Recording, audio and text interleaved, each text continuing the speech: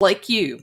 You can find us on Facebook, Twitter, YouTube, and wherever you get your podcasts by searching for Feats and Fables. We stream Monday nights from 8 to 10 Eastern on Twitch. This is a special Labor Day edition that is starting an hour earlier.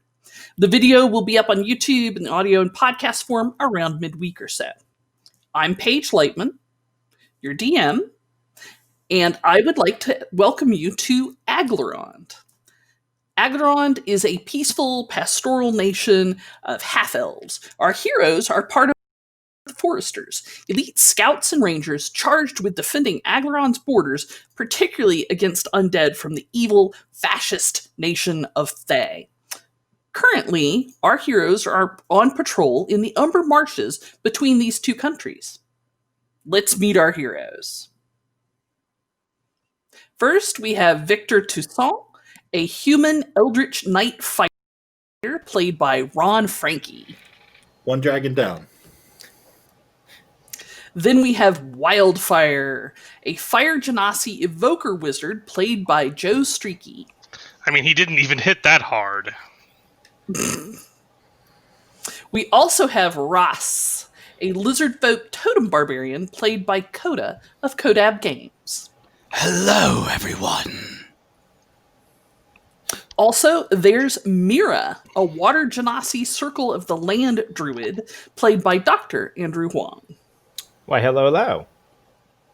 And last, but certainly not least, we have Silvio, a Satyr College of Eloquence bard played by Ben Heisler. Hello. Previously on Feats and Fables, our heroes confronted a black dragon that had been lurking around in this area of the marshes. It had progeny with large spiders, creating spider dragons. Our heroes entered its lair, and even though they were flanked, they managed to emerge triumphant.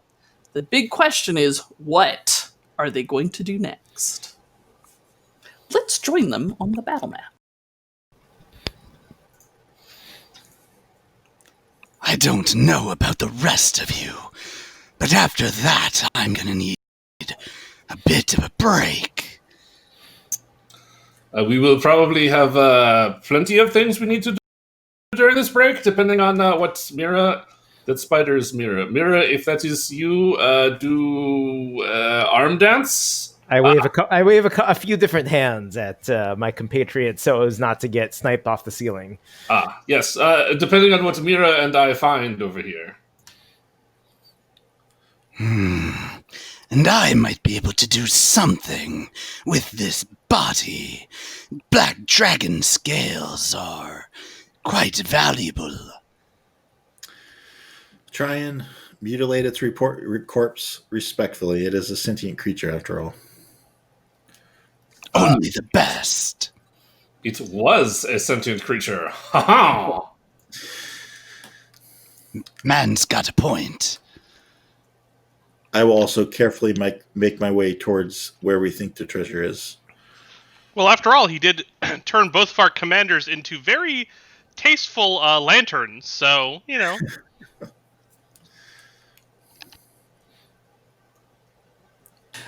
All right, well, as I had said last week, you had seen some sort of glitter of something metallic up on this ledge, but you've got basically a 12-foot leap here and a 12-foot leap here to get up there.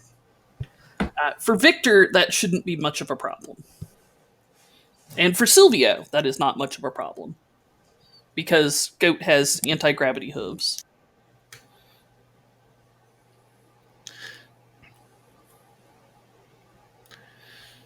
So I will shine my torch in that area. All right. You see a sparkle of lucre lining the bottom of this area, but it's all been covered over with lots of mud, as if something has been rolling about in the mud and then coming in here and rolling about in here as well. But you do see even the twinkle of gold and perhaps platinum in the muck. You also see what appear to be several skeletonized corpses. One actually has some rather dried up bits of grisly stuff on it still. They are dressed in the dregs of armor, and you can see a couple of backpacks that look like they're full of things.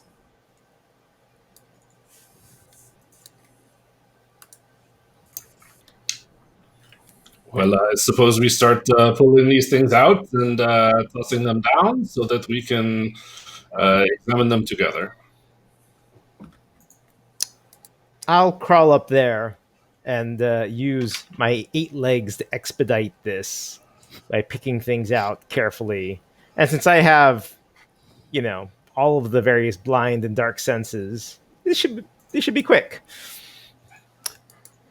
Sure, that is no problem. You start handing down all of the different items that you're finding, and it's just big handfuls of treasure at one point, muddy coins for the longest time. But once you start looking around on the corpses, you find an amulet. The leather armor looks suspiciously clean.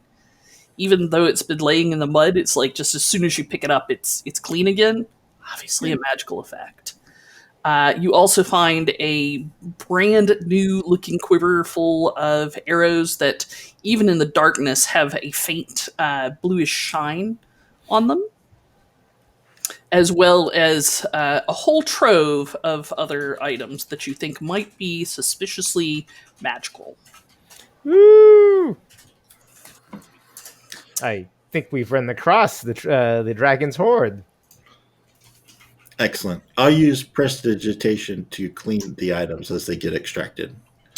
And I will sit back and begin ritually preparing to detect magic to make sure we set aside the items that are just treasure from the items that are magical treasure. I love the little assembly line that y'all have set up here. It's like Mira hands it down, Victor cleans it off, Silvio identifies and sorts. It's beautiful. Right, and Wildflower stores it away. Don't ask questions. It's fine. Pockets it. So it's about 3,000 GP of coins, gems, trade bars, and other things that are immediately spendable. Wow.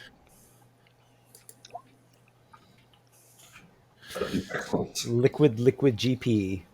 Oh. You also find, as you pick it up out of the muck, it again sheds the muck immediately, a suit of chainmail that is as fine as silk and is extremely light.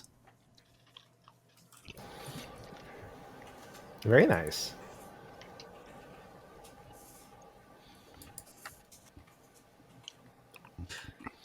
All right, so the total list of what you find that is magical is 20 arrows, the quiver that they came in, an amulet shaped like a stag's head, leather armor that has like stamped into it a beautiful pattern of leaves and vines,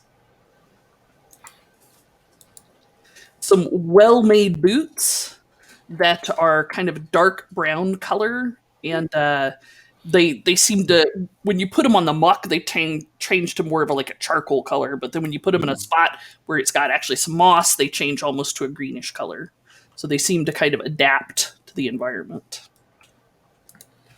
A magical bracer that has several small but wicked-looking throwing knives in it. A fancy hat. with How fancy? Can you quantify that fanciness? I only have qualitative measurements of fanciness, but it has a fish skin hat band that is iridescent. That's pretty exciting. That's what we're going to come to blows over. To figure out how fancy, someone will need to pet it for a short rest. Yes. There is a book with a series of globes on the front that look like they have like green and blue jigsaw puzzle-ish designs. You're not sure why they'd be round. And it's locked. A lantern that is unlit. Ooh. It's composed. It's made out of silver that's gone black with age, and the joints of the lantern look almost like bones. 8 potions that are all in a carry case, but all the paper, or it's got shreds of paper in there that just disintegrates as soon as you touch it. Those were probably the instructions. What, as if they've been dipped in some sort of acid? Probably. And a ring that is cold to the touch and has a skeleton head on it that is winking at you. And in the unwinked eye, it's got a small yellow gem.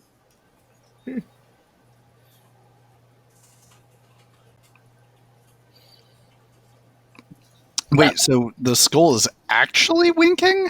Or like it's not it's just like animated. deformed? Like what's happening here? Yes, it's like as if the skull might be mobile. I don't know. It's a skull that's winking. Just use your imagination. It's D&D. Okay. How does D&D even work? How does D&D even work? How does winking work? Ooh. Well, first, it usually requires eyelids of some sort. Which skulls famously don't have. It's just the occipital bones are mashed together. Oh, of course. Occipital bones. Have you never seen a Disney movie ever? Plenty of skeletons have winked. Come on. Or Skeletor. That's fair. Although Skeletor was renowned for his winking. That's true. Hey, He-Man. Wink. How you doing? Well, I think per Wildfire's suggestion, we should definitely do a short rest where we all cradle something that looks promising, and then probably repeat, because I think there's more than 6 magical things. Well, you say that, but instead I can just... How long does this take? It takes 10 minutes to ritually cast a spell? Depends on the spell, but yes. Identify. I will just get out a pearl and an owl's feather and start going over the items one by one. Now you act like a wizard. Sylvia, you want to start at that end and I'll start at this end?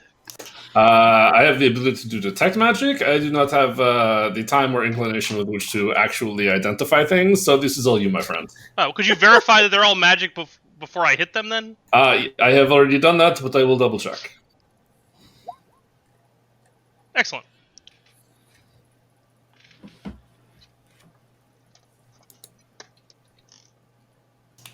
I was about to say, I hear dice rolling. Why are dice rolling? You don't have to roll dice to detect magic. I was really Taking a curious, short rest and getting some hit dice. Using I'm some sorry. Hit dice. I assumed we were short resting because I'm sitting at 9 hit points. And I got 1 hit point, but you know what's more important than hit points? Loot. Squirt, squirt, squirt, squirt, squirt. Just blood everywhere. I've got 1 hit point. Play me the tiniest little violin. You know, you only need the last hit point. Right. So we're not planning on taking a long rest, right? This is definitely a short rest.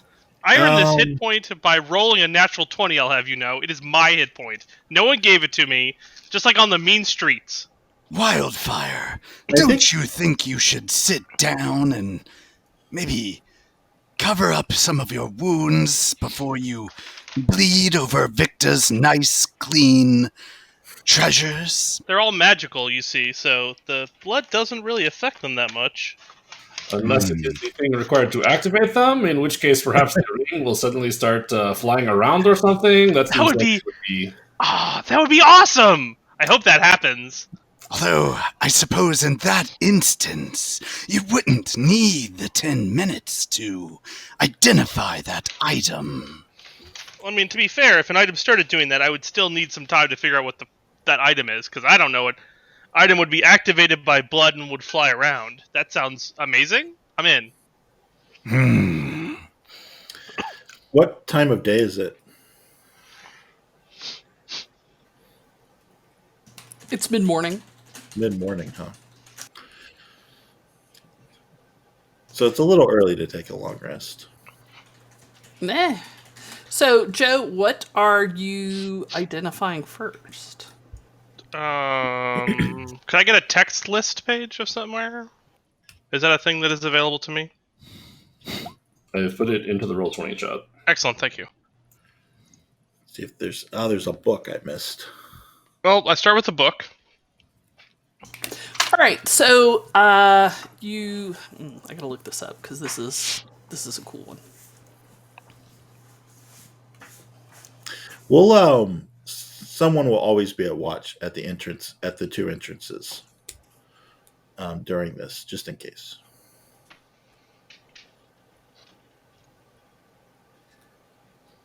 So, Joe, it is a book, and you unlock it because it's got a little latch. It's not a lock. It's got like a latch to keep it closed. I have Thieves' Tools page if it's actually locked. It's not.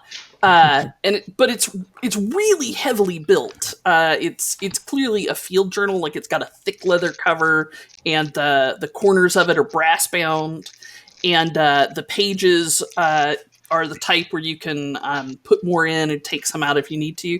And every different page has a map of some different kind of terrain. Ooh. Okay. I cast Identify on it. Okay. It is something known as Elder Cartographer's Glossography.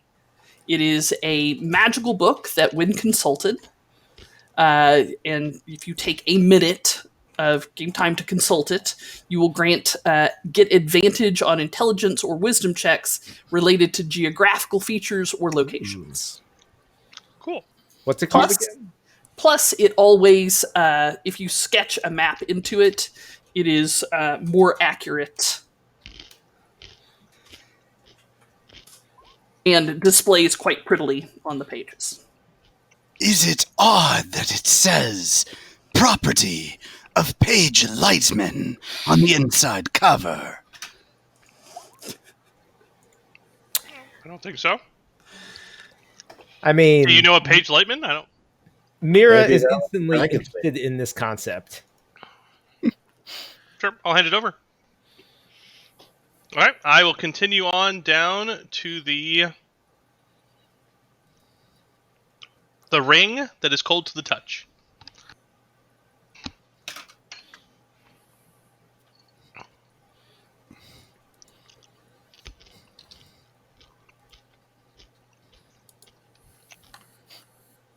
Was I muted? No? No, but Nope, Page I was. is. Page is loading. Sorry. I'm having I'm not used to doing this on push to talk, so the switch to push to talk is interesting.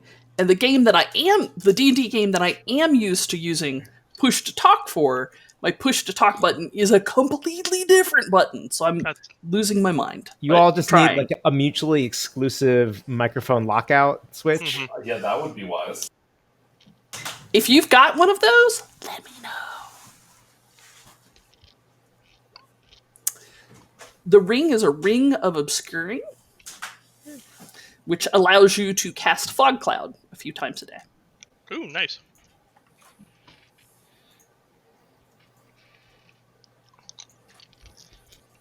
Okay. In Coda, it's got a picture of the winking skeleton in it, or winking skull in it. That's an interesting motif for a ring that creates a fog cloud. Move on to the lantern.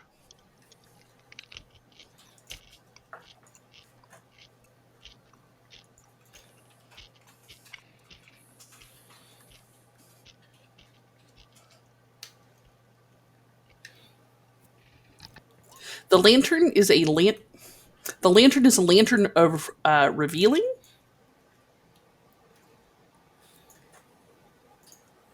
Wow. Which makes invisible creatures visible. But the joints of the lantern look like bones, and the decor around the rim looks like bone, so it's got kind of a bone motif. And the light that emanates from it is a weird, bright, bluish green looking light. Very ghostly. Creepy. That's interesting.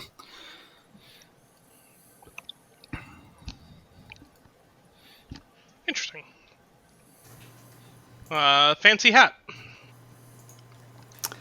So as you take a moment to cogitate upon the fancy hat, the iridescent fish skin hatband on it, you realize is made out of a small portion of scales from a juvenile dragon turtle.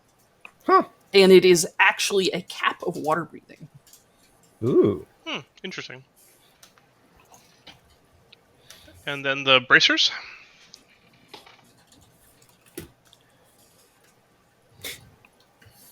Whoever takes that hat, by the way, I've got some projects you're going to have to work with me on. As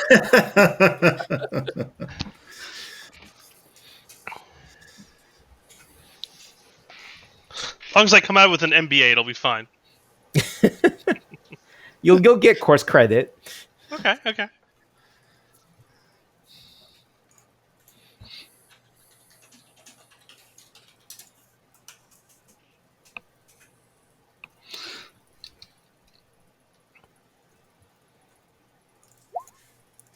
All right, so the bracer has, like I said, several thin, wicked-looking throwing daggers strapped to it. It is a bracer of flying daggers. As an action, you can pull 2 of those magic daggers, because they're magic, and immediately throw them, making a ranged attack with each dagger. And the dagger vanishes if you don't use it immediately, and they disappear right after they hit or miss, and it never runs out of daggers. Nice. It's pretty cool. So the daggers are treated as magical weapons? They are. Yeah. Sorry, go ahead.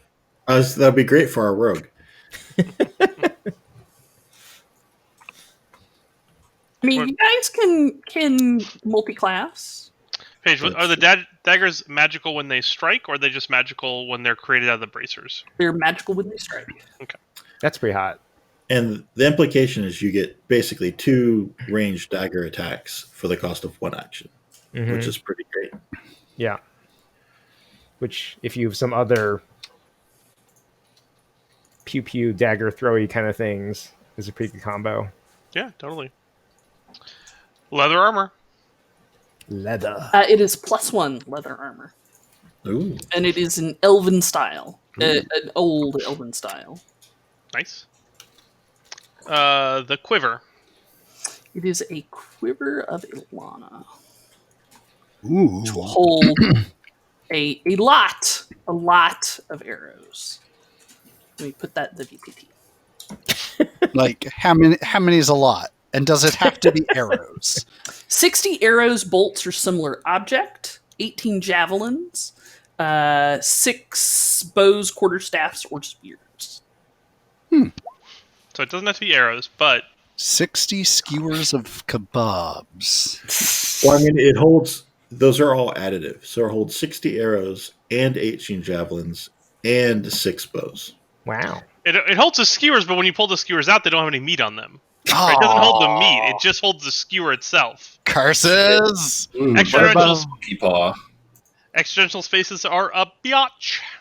But What if you about the make an vegetables, arrow out of meat, Yeah. Gross. then you're golden. There you go. Can I identify all the arrows together, Paige? Yeah, you identify them as a unit. There are 20 +2 arrows. +2. +2, fancy. Which perfectly fit into your fancy new quiver. We'll need to discuss how recovering ammunition in this game with +2 arrows. Dang. Yeah. I believe magic ammunition once shot is done. Well, that's fair. You might be able to recover the arrow, but it won't be magic anymore. Sure. Fair enough. The amulet. The amulet is an amulet of proof against detection and location. Ooh. Ooh. our rogue is just getting decked out. I say our rogue. I imagine one of the corpses was probably a rogue. A rogue, yep. And then the suit of chainmail. You also have boots. Boots. You're saving the best for last. Everyone wants. Suit of chainmail is the one. You're right. And then was the wrong term. We have both boots and also potions left. Yes, the chainmail is elven chain. I don't actually know what that does off the top of my head. It's good armor for a rogue. I'm sensing a theme here. Well, I mean, it makes sense. We literally found like 2 adventurer corpses. So, I mean, it would make sense if we found gear sets for 2 adventurers. He ain't wrong. But should I just remort? Should I just remort into a rogue? Is that what's going on here? Am I getting a message? No, I think you can. The cool thing about Oven Chain is you can wear it without proficiency, I believe. Yeah. Yep. So, it actually would probably be fine for you, Wildfire. Oh, it actually would be really nice for me, wouldn't it? I mean, I think you're currently rocking like a 12 AC or something. Yep. Get to 13. Sure am. Plus some dex, I would imagine. Maybe not. I think you get dex for the chainmail up to 2.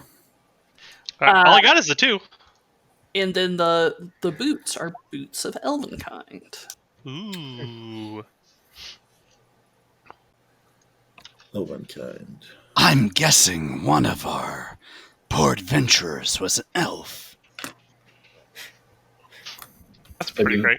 They might have been, or perhaps they were just a elf aficionado. Like, you do not have to be an elf with which to wear this elven chain or these elven boots. I mean, they could have. We're all basically half elves in this neck of the woods, anyway. And then the potions.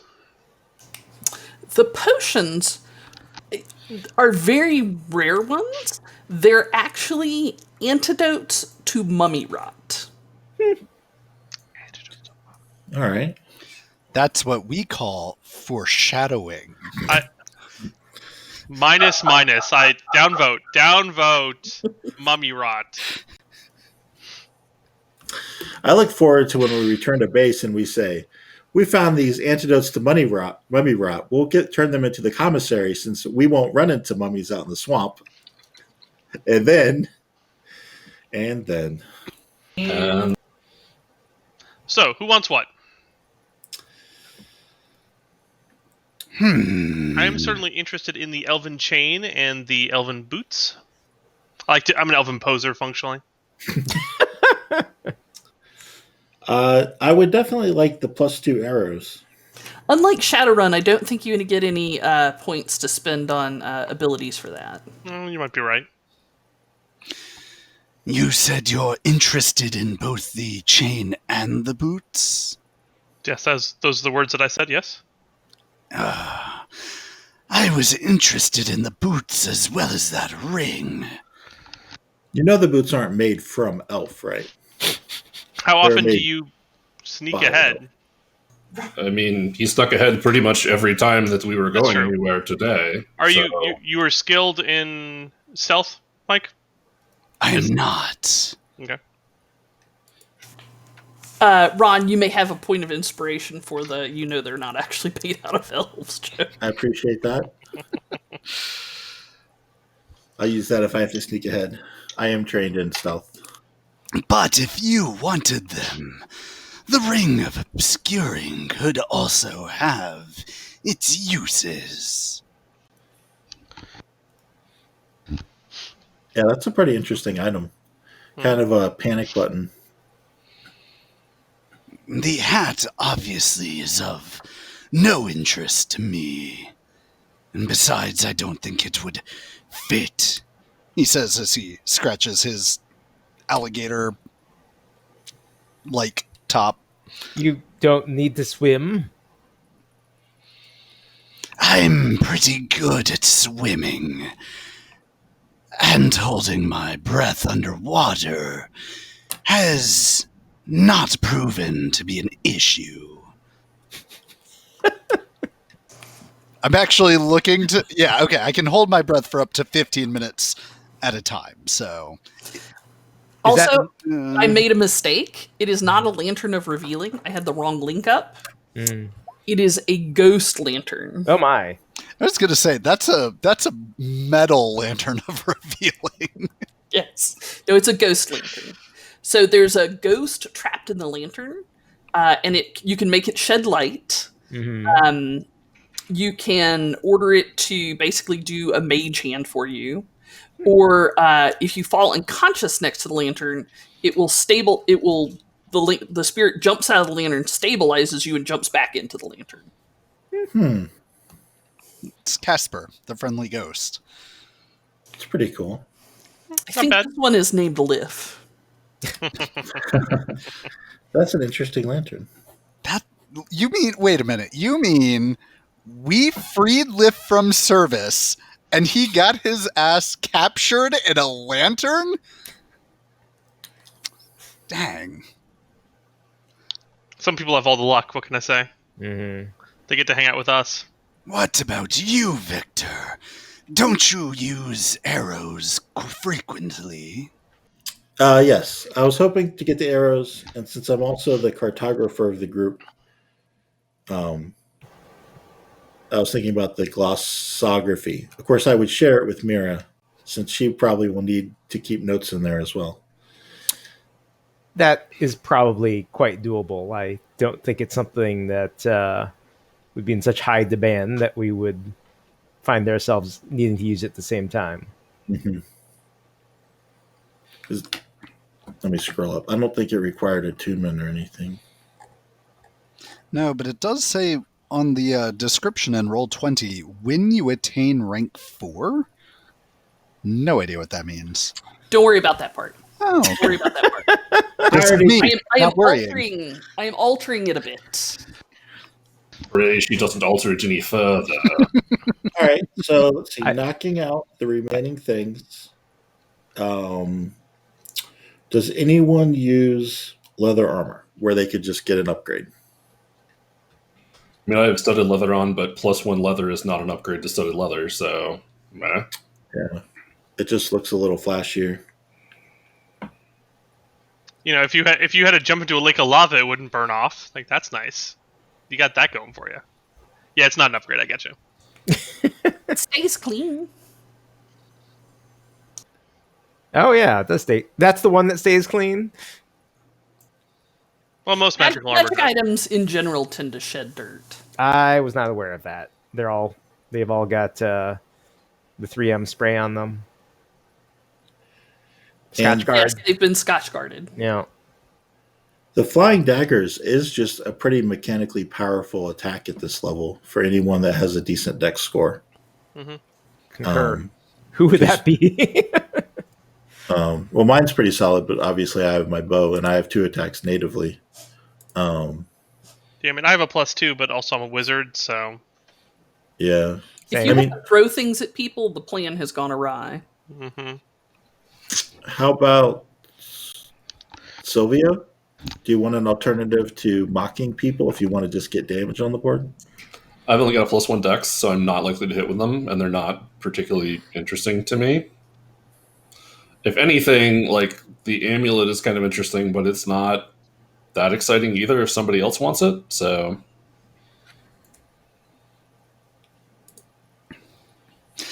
The question that Ross has is, it's not the Lantern of Reveal. I was going to say, does the Lantern of Reveal detect the wearer of the amulet? It would not... Yep. If we had that thing, which we don't. So... I mean, I think we should definitely give the amulet to Ross, since he is the most enthusiastic person for taking naps. Doesn't that mean that he really should have the lantern? That's what I said. Oh, okay. He should have the lantern so it can stabilize him. I heard amulet, but... Oh, I might have said amulet. Sorry. That would have been me misspeaking.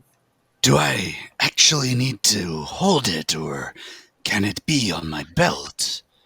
The stabilizing part's a different paragraph from the paragraph about holding the lantern. So I think as long as you just have it, you'll be okay.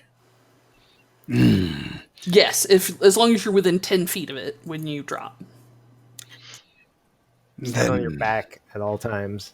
Yep. Well, I would attach it here on my belt. But, yes, I could take the ghost lantern if no one else wants it. It lights up your cloaca very well. Indeed. Plus, you can't really see in the dark that well, so, you know. Yeah.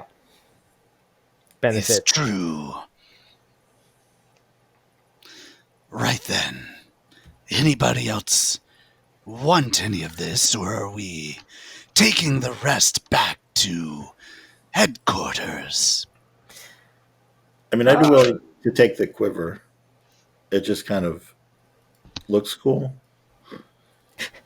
Well, you actually use a bow? Yeah, so I mean, Okay. it's convenient for that. And I could throw a bunch of spears in there, I guess.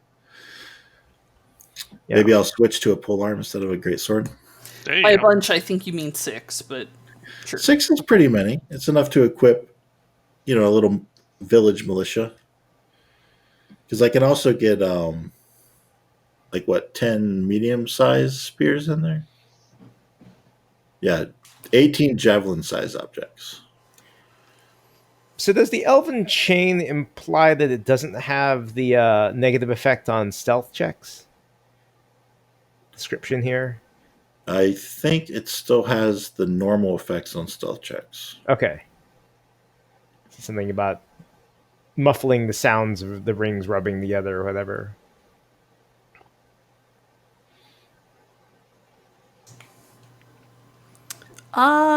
It does talk about...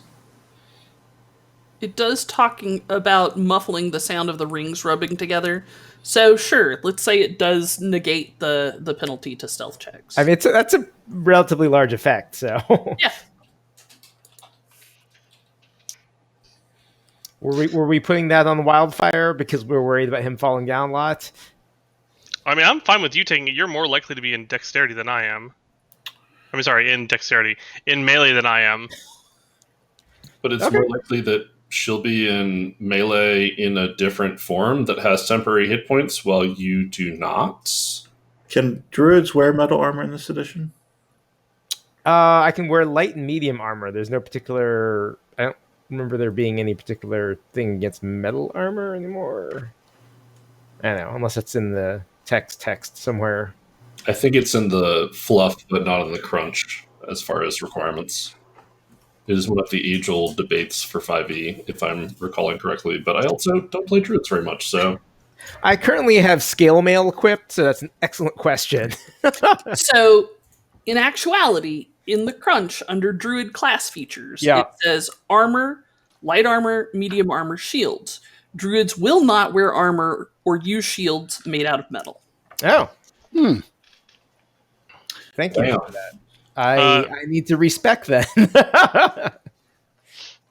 So the Elven Chain, for reference, the Elven Chain does not have disadvantage to stealth checks because it's not any listed medium armor. It is Elven Chain. It is a different armor than all their armors in the PHP. Yeah.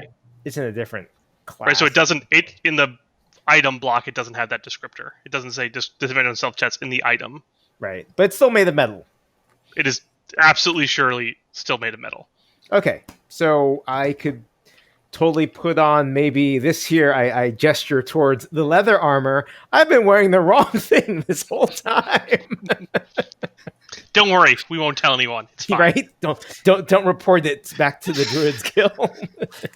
If you want, Andrew, you could have medium armor of whatever made out of seashells. So I mean, Old Slow Tiger in the chat is making the point that just because they're scales does not necessarily imply that they're metal. It could be True. fish scales. thank you. That's quite excellent. Elven Chain is a chain shirt, which does not inherently have a stealth penalty built into it. That's what I was getting on here to say. But have fun, Ron. I was curious. I mean, Our brains are connected. A chain mail, the heavier version, does have that disadvantage. okay. Right. But Elven Chain, regardless, is still metal. So I'll, because it does say interlocking metal rings. So I'll Yep. kind of go, what am I doing? So maybe this is an interesting question. I don't know if it's interesting for our viewers or not. So you guys can tell me if it is or not. Yeah.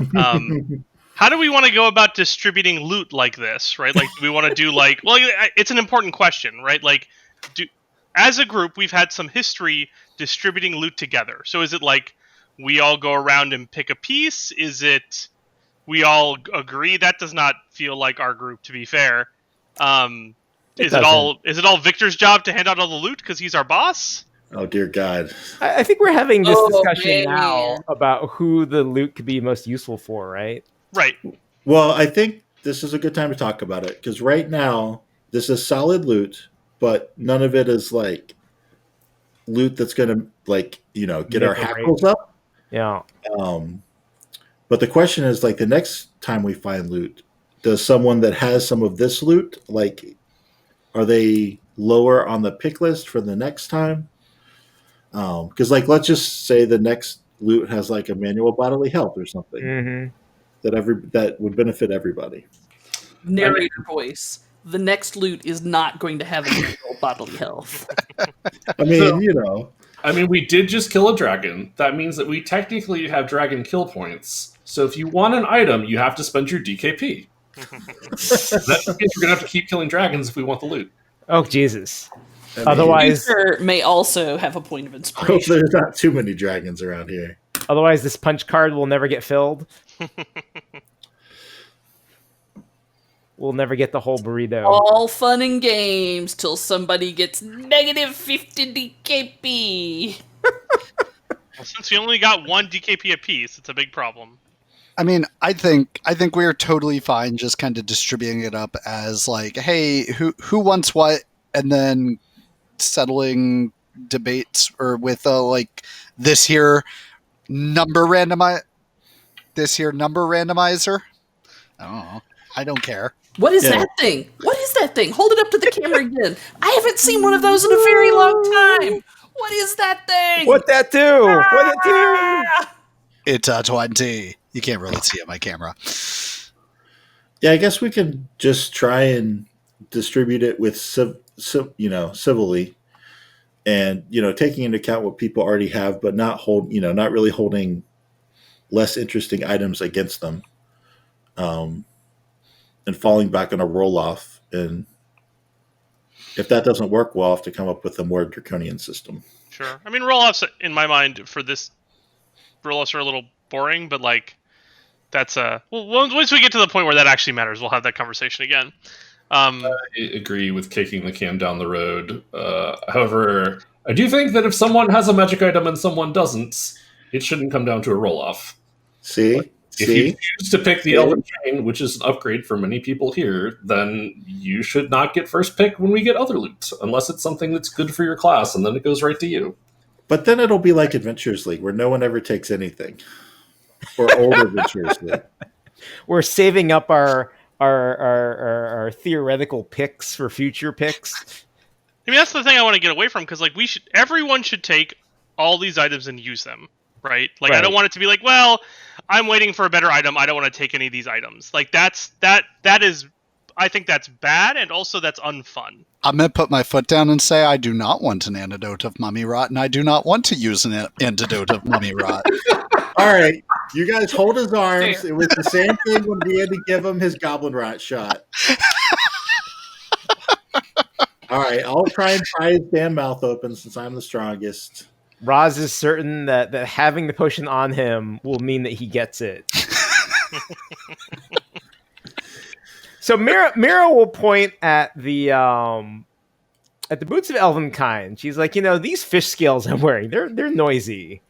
And that would actually help me sort of at least even that out a little bit. And I mean, that's probably the one thing that would actually help me. I mean, maybe the ring, but it's like creating a fog cloud around you when you're in trouble, I guess. Mm-hmm. Yeah. Effectively. Or yeah. That's exactly why I was interested in the ring. It could make for a good escape cover. I think you need it. You're often in the thick of trouble there, Roz. Between that and the lantern, Ooh, that's a significant safety net for you. Any objections to Roz taking those two things? Nope. Roz, is that really what you have your heart set on? I am good with whatever the group decides, but those are the ones that stuck out to me. Wear them in good health. And I'll take them and go back to butchering the black dragon scales. That's not where the ring goes. It'll be fine. No. I've been told they can't get dirty. Oh, no, they can. That's not where the ring goes. 2 down. 8 to go. Anyone else have any? Coda says, I'm out. I feel like you should definitely pick up the quiver. Yeah, I'll take the quiver and the arrows. I'll only use the arrows if it's another dragon, maybe, or That's similar. pretty significant. Silvio, does anything here appeal to you? I mean, not particularly. I mean, if we have some crazy underwater adventure, then perhaps one of us should have the cap. But it's not like I am super excited to have water breathing right now. Similarly, I have zero desire to throw knives all the time. Like, who even does that? Knives everywhere. Just keep doing it. Don't ever stop throwing knives. Yeah, on the list of things, especially since it requires attunement, that I think of the list of items is the one that is least valuable to us as a party. Yeah, The daggers? Yeah, bracer of flying daggers. Yeah. it's kind of a rogue specific item Okay. Yeah. because rogues love having 2 attacks for 1 action. Sure. I've been out of the game for a while. Does one have a limited number of attunement slots? 3. Yes, 3 only attunement 3. slots. Unless Paige is telling us we have a different number. 3. 3 being the third number reached. Not 4, for 4 is too many, and 2 is... 5 is right out. So, Ben, the chat would like to remind you that as a eloquence bard, it is a fancy hat. It is a fancy hat. Mm. Not many people are I wearing mean- fish hats. We won't hold it against you if you just carry it for the group, then. But, I mean, my question is, how is that going to work with the horns? Because this is not... like, I would have to cut big holes in these. It would be awkward. Yep. Magical items resize themselves for people. I can I would do imagine something they- about that. I imagine they also resize themselves for satyrs. I think you'll just be fine. Mm-hmm. And if I'll not, carry it, but I'm not excited about it, so sure. We won't hold it against you. You're just carrying it for the group, Ben, and looking sharp. All right. and if not, I've got my scissors. So Victor is carrying the glossography. I think it sounds like we might actually sell the bracers of flying daggers because no one's really like. I don't even know who in our group who they would actually be useful for. Yeah, I mean, I'm made of all the cantrips, so I feel like this is not a useful Right. use of my time generally. Yep, it's not useful for either two casters, right? Me or you. Yeah. It's not useful for Roz or Victor because they're both. Okay. Victor's got a bow. Roz is a strength guy. We're just gonna sideline it for now. We're just gonna ignore it. The leather armor +1, elven style, old elven style. Anybody? I don't think it's a strict upgrade for anyone. Are we selling it? We're selling it. It's going right in the sell pile. Mira Yep. tosses it to the Well, side. when you say sell, we'll turn it in back at base with the understanding that they will recognize that we've turned in magic items and they will possibly let us access other magic items that they have. Is that how that works? Is there an I mean- exchange Yeah, so program? the quartermaster actually runs sort of a magic item lost and found, where people can trade in stuff that they find that isn't useful for them with, whatever something else in her stock of approximately the same rarity. So she runs a magic item swap meet functionally. Among her many talents, yes. Well, that's good, because that means that a lot of these options were like, meh, might be good trade baits. Mm-hmm. We should also bring her a nice selection of baked goods when we go to visit her. Okay. Maybe- That down. So Who's putting on the amulet of proof against detection and location? That sounds vaguely useful. I mean, it is good for a designated sneaking person, but we have a lot of people that kind of are okay at sneaking. I mean, I am trained at stealth, for reference. I have offered to go ahead several times, and you guys are all like, "Nah." Rob, All right. Made of We still think of you as a paladin. I'm gonna put this amulet on you like I'm bestowing a major award. I mean, we can try having Wildfire sneak ahead. See what terrible things happen. Just be aware that one does require attunement. Ben does. is saying things that I cannot hear. It does require attunement, I agree. Yeah. Ben, was Silvio interested in it? Alternatively, no. Sylvio's flashy, not sneaky. Right. What about this elven chain? Mira does the Vanna White hands. It is, in fact, an upgrade from nothing. It's armor class 14, and you can use up to 2 points of dex. Pretty hot. So it does not require proficiency. Mm-hmm. But So it is made of metal. It is sadly made of metal. I mean, I'm happy to take it. I'm not on fire about it, but it would increase my standing AC. But like, Anyone I else would interested in increase it? mine too. Ben, your mouth is moving and I can't hear anything. This is exciting because I'm not muted. Still, this is the truth. interesting, because I can hear him. You can't hear him? This is great. I love this. I was able to hear Ben. Let's do a quick test. Ben, say something. Ben, say something. All right, who heard him? I heard him. All right, excellent. I Huh. wonder if the stream can hear him. They can. Let's hope so. Can confirm. They do. Old Slow Tiger 90 says that he can hear Ben. All right. Thank you, Brian. I know Ross likes being naked, but the chain would probably help him also. I think. Let me check my features because I think most don't of mine think- is while not wearing armor. I don't think he just likes being naked. I think he really likes being naked. All right. I mean, you do you. Are y'all saying?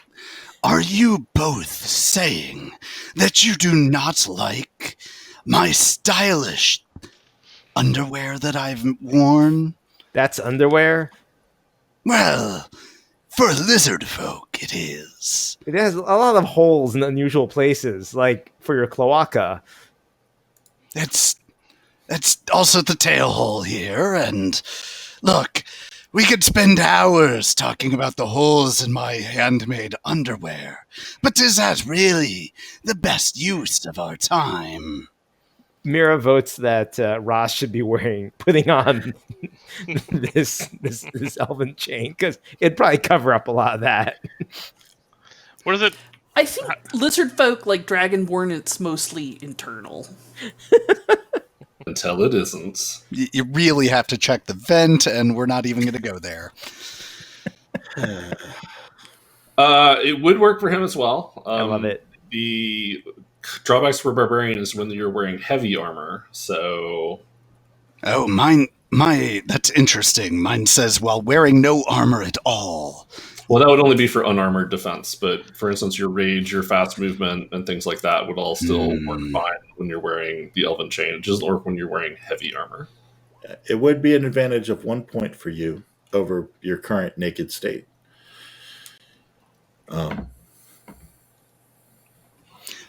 I mean, sure, I'd be willing to try it.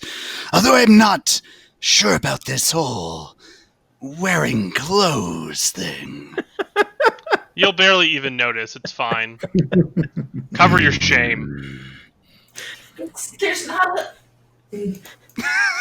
You tell them, Paige.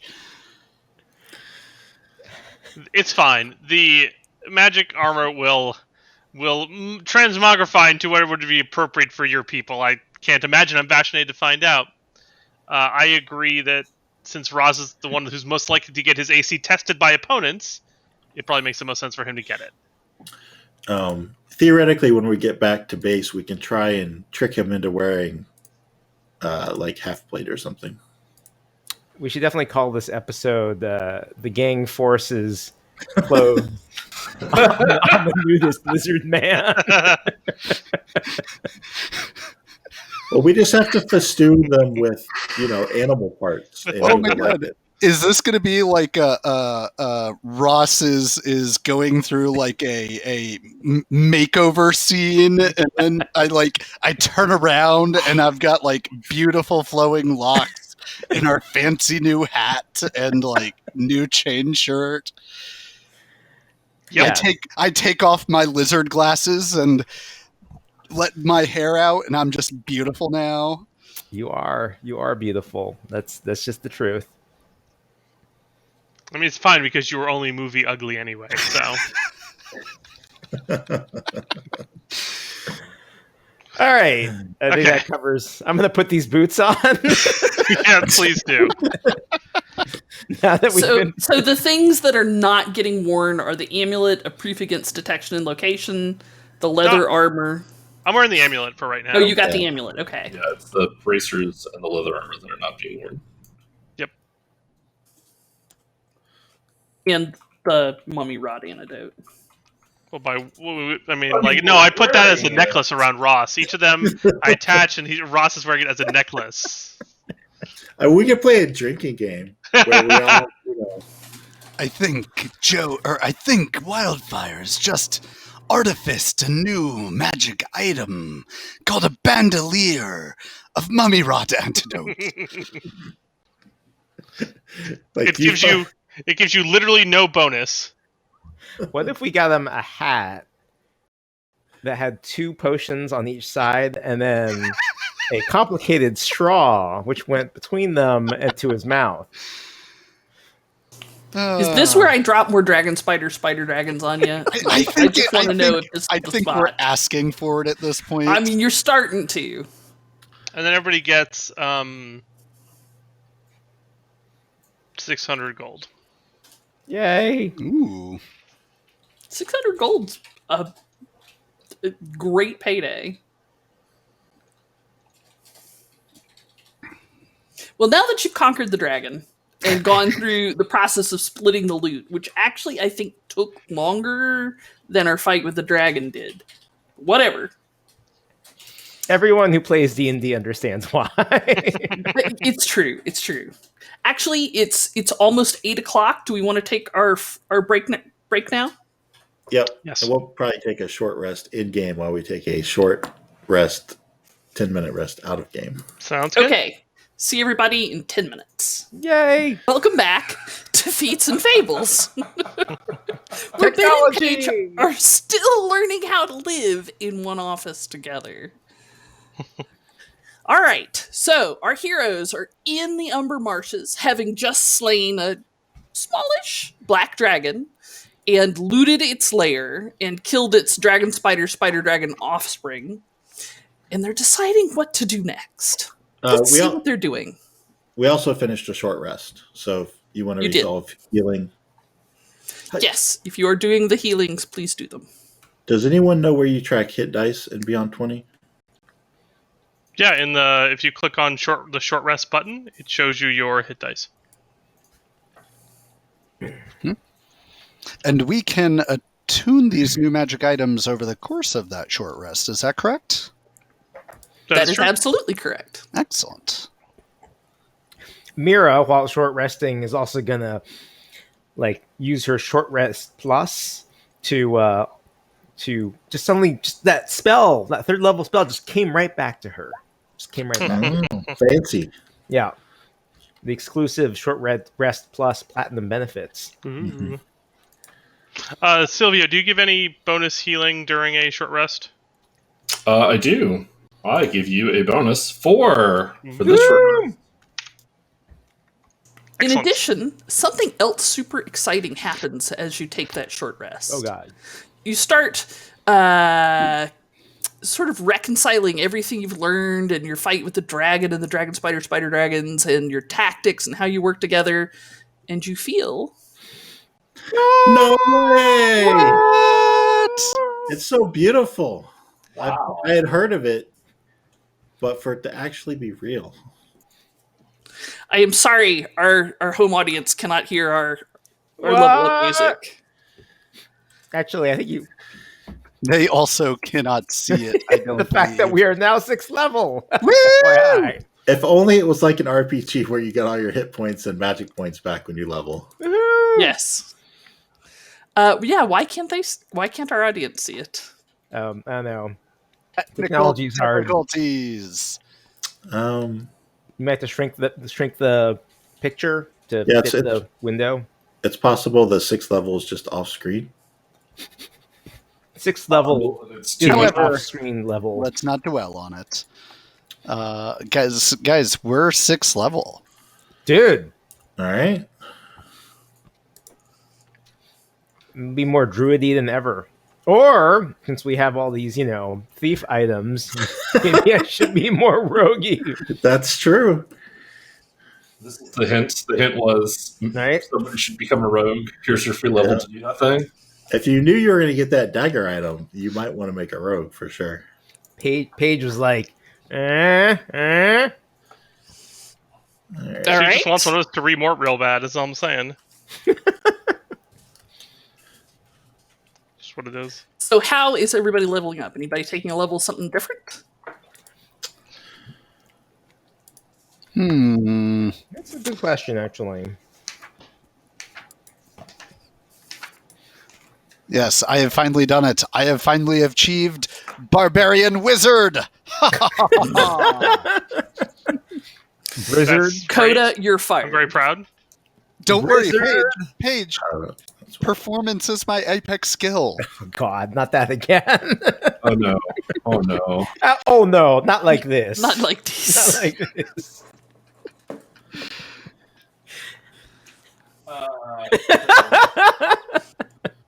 Anybody get something good at 6th level?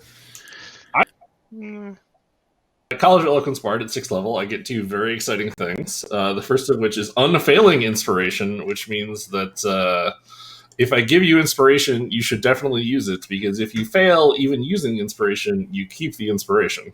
Oh, very cool. That is a very exciting, different thing that Eloquence Bards get to do. And the other thing I get is Universal Speech, which is the ability to make my speech intelligible to any creature. As an action, 1 or more creatures within 60 feet of you, equal to your charisma mod. So for me, 4 can magically understand me for 1 hour. So it's like having tongues as a class feature rather than as a spell. So many That's tongues. nice.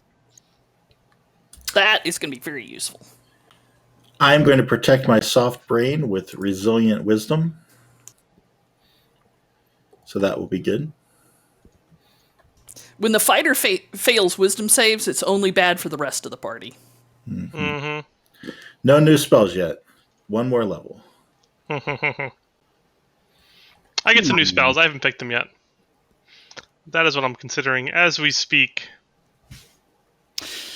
I'm debating whether or not my new totem aspect is Eyes of the Eagle, in essence, or if I just go further down the tiger path and get the 2 skills. I mean, it's athletics, stealth, acrobatics, or survival. I've already got survival, but getting stealth and athletics could be pretty nice. Mm-hmm. Athletics is kind of a standby for many barbarians, so it'll be good to have. And you do like to say you're going to stealth, so if you could be good at it. Hey, I have been good at it every time it mattered. Every time it mattered. 20% of the time, it works all the time. Yeah. Yeah, 20% of the time you roll good. I mean, that's the way it works. Well, I mean, the chat is saying I have to go tiger, so what am I if not at the whim of chat? So That is true. done. I have learned how to dispel magic and how to fly. Ah. Could it be the guy who went to Princeton and is a Tigers fan, maybe Look, pushing you that way? Look, 100% of chat has chimed in to say tiger. So who am I to argue? Okay, fair enough.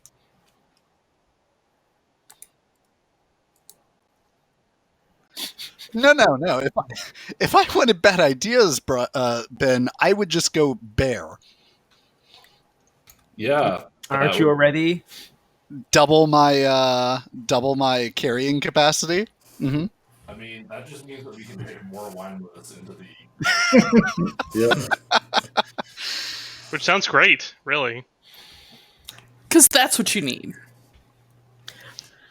I am pondering for Mira a level of cleric, mostly because I don't want to ponder a level of barbarian. I feel like we've got too much of that already here.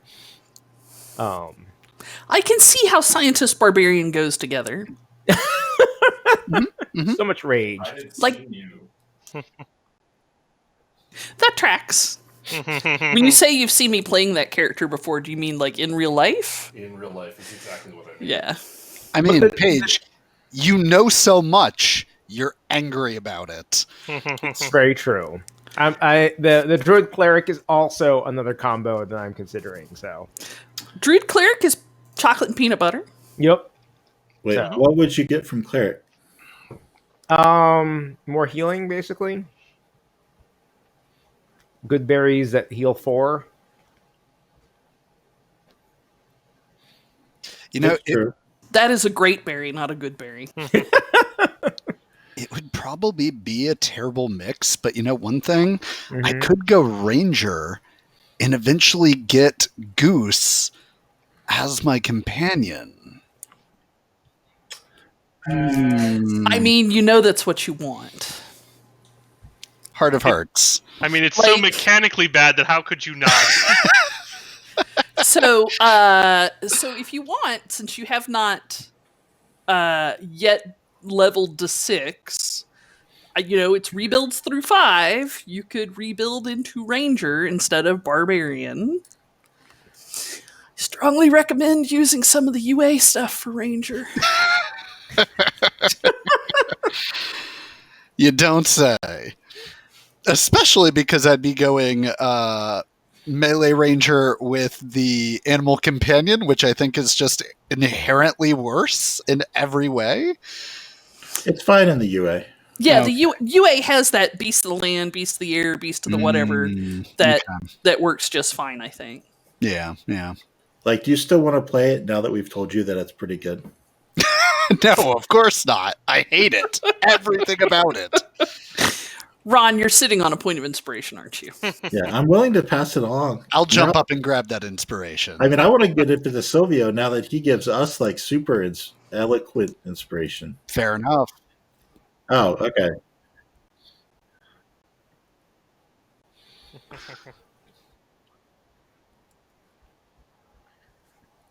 I'm so jealous. I want to get new spells. Like, oh, a tiny hut makes a lot of sense from we're in the swamp, and having a place to stay every night is pretty nice. But then there's like other fun stuff. I looked at Tiny Hut. Is Tiny Hut ritualable? Yeah. Yes. Yeah, we should probably just get a scroll of it when we get back to Fortress Glarondar, if we can find one. Because then I can just inscribe it and ritual it up. Yeah. I mean, I can also ritual it up. It would just mean that I have to pick it rather than we buy a scroll and go from there. So let's see if we can find a scroll rather than me spending a spell pick on it. I'll just pick Speak with Dead instead. Sounds great. This way, I can talk to everyone. I'll have to get a Speak with Plants and Speak with Animals. We'll just be like, yes, let's talk. So, Paige, during this level up, I did reconsider some of the spells I had prepared, though. I tell you that much. Yeah, what are you reconsidering? I'm gonna get a couple more defensive kind of spells. Just Save Maybe- your butt. maybe I'll start casting Mage Armor every day. Maybe I won't. Like, who knows? We'll see. I'll believe it when I see it. Well, that's fair. I mean, being back attacked by a dragon certainly gave me a certain viewpoint on life. How often does that happen, though?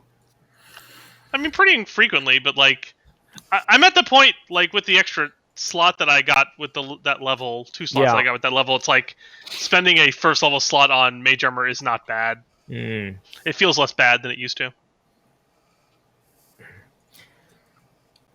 All right. Well, For now, I'm sticking with straight up barbarian. We'll see where the future takes us. I tell you what, like Pure rogue, pure ranger. I tell you right now, pure ranger. we'll talk after class. Why do you fight it, Mike? Why do you fight it? Plus, they'll give you shit for playing the worst class. So They will. suboptimal. They will. So suboptimal. And I know that is not a thing you are averse to. It's No, a thing God, he no. revels in. I do. He revels in it. Like it's like a bathtub full of chocolate sauce. He's like, Oh God! Why do you say these words?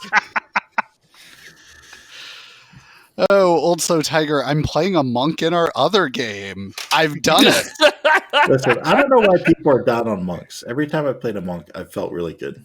I'm actually playing the monk, and it's actually going really well. I don't know what Mike's talking about. What other game? Oh, right. Real Fins and Fables. Sorry. Our other game, this game. Yeah. I'm aware. On Saturday, I'm playing a monk. I like it a lot. It does good damage, gets to punch a lot. Like you do. And I mean, we all know what the apex ability of any monk is. Stun lock.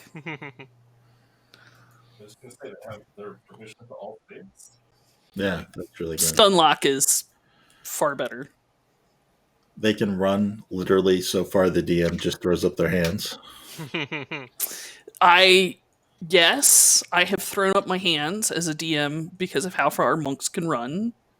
That is definitely a thing. All right, I think we're ready to head back to Fortress Glarondar. Yep. Okay. Do So you head back into the swamps of the Umber Marshes. Do you want to head pretty much directly back to Fortress Glarondar? I mean, that's Yeah. my vote, personally. We'll test our cartography skills and see if we get lost in the swamp or not. All right. If our commander is saying we're heading back, we're heading back. Didn't you want to stop middle and say, "Hey, we finished your job"? Are they on the way back page? Because if so, I would absolutely request to do a slight detour. It is only a slight detour. A couple of 2-3 hours out of the way on a journey of a few days. If y'all would not mind a slight divergence, we could finish with our task ode to the lizardfolk. I think that seems reasonable, but I would humbly request you only share with them 2 of the multitudinous items you've created over the last several days. Last time it was a little much. 2 items. It would be untraditional, but I think we are in a hurry enough to report that it would be understandable. I kind of lean over to Sylvia. I can't believe that worked.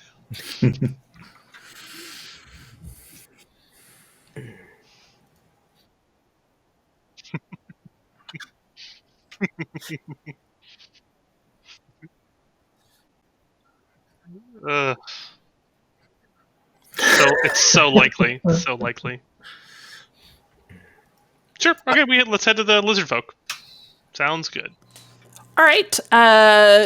Ron, make me some sort of cartography check assisted by your glossography.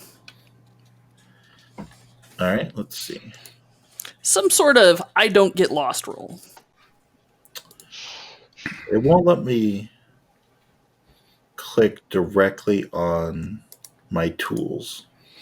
So I'll just roll an int. I'll just roll an int check. Did that work? Maybe an int saving throw, so you get your proficiency. Let's try that. If you have, I'm sorry. Does this provide proficiency? Whatever. I still had advantage turned on. So my int saving throw is a 5, and then my proficiency is 3. So that would get us to an 8. Although we actually have advantage, don't I? Because I'm using the glossography. Yes. So I can use that 9, which with proficiency would turn into a 12. Okay, so you realize that for a minute there you're heading in the wrong way. That would be that 5. And but a handy map from the glossography, you realize that the shape of this water body is the same one from the glossography that you'd sketched in earlier. And as you're sketching in the maps, they sort of magically fill up the page and are super accurate and very neat. And you find a very quick route to the lizardfolk village. Silvio, do you want to join me to discuss with them? I am honored that you would ask me to come with you.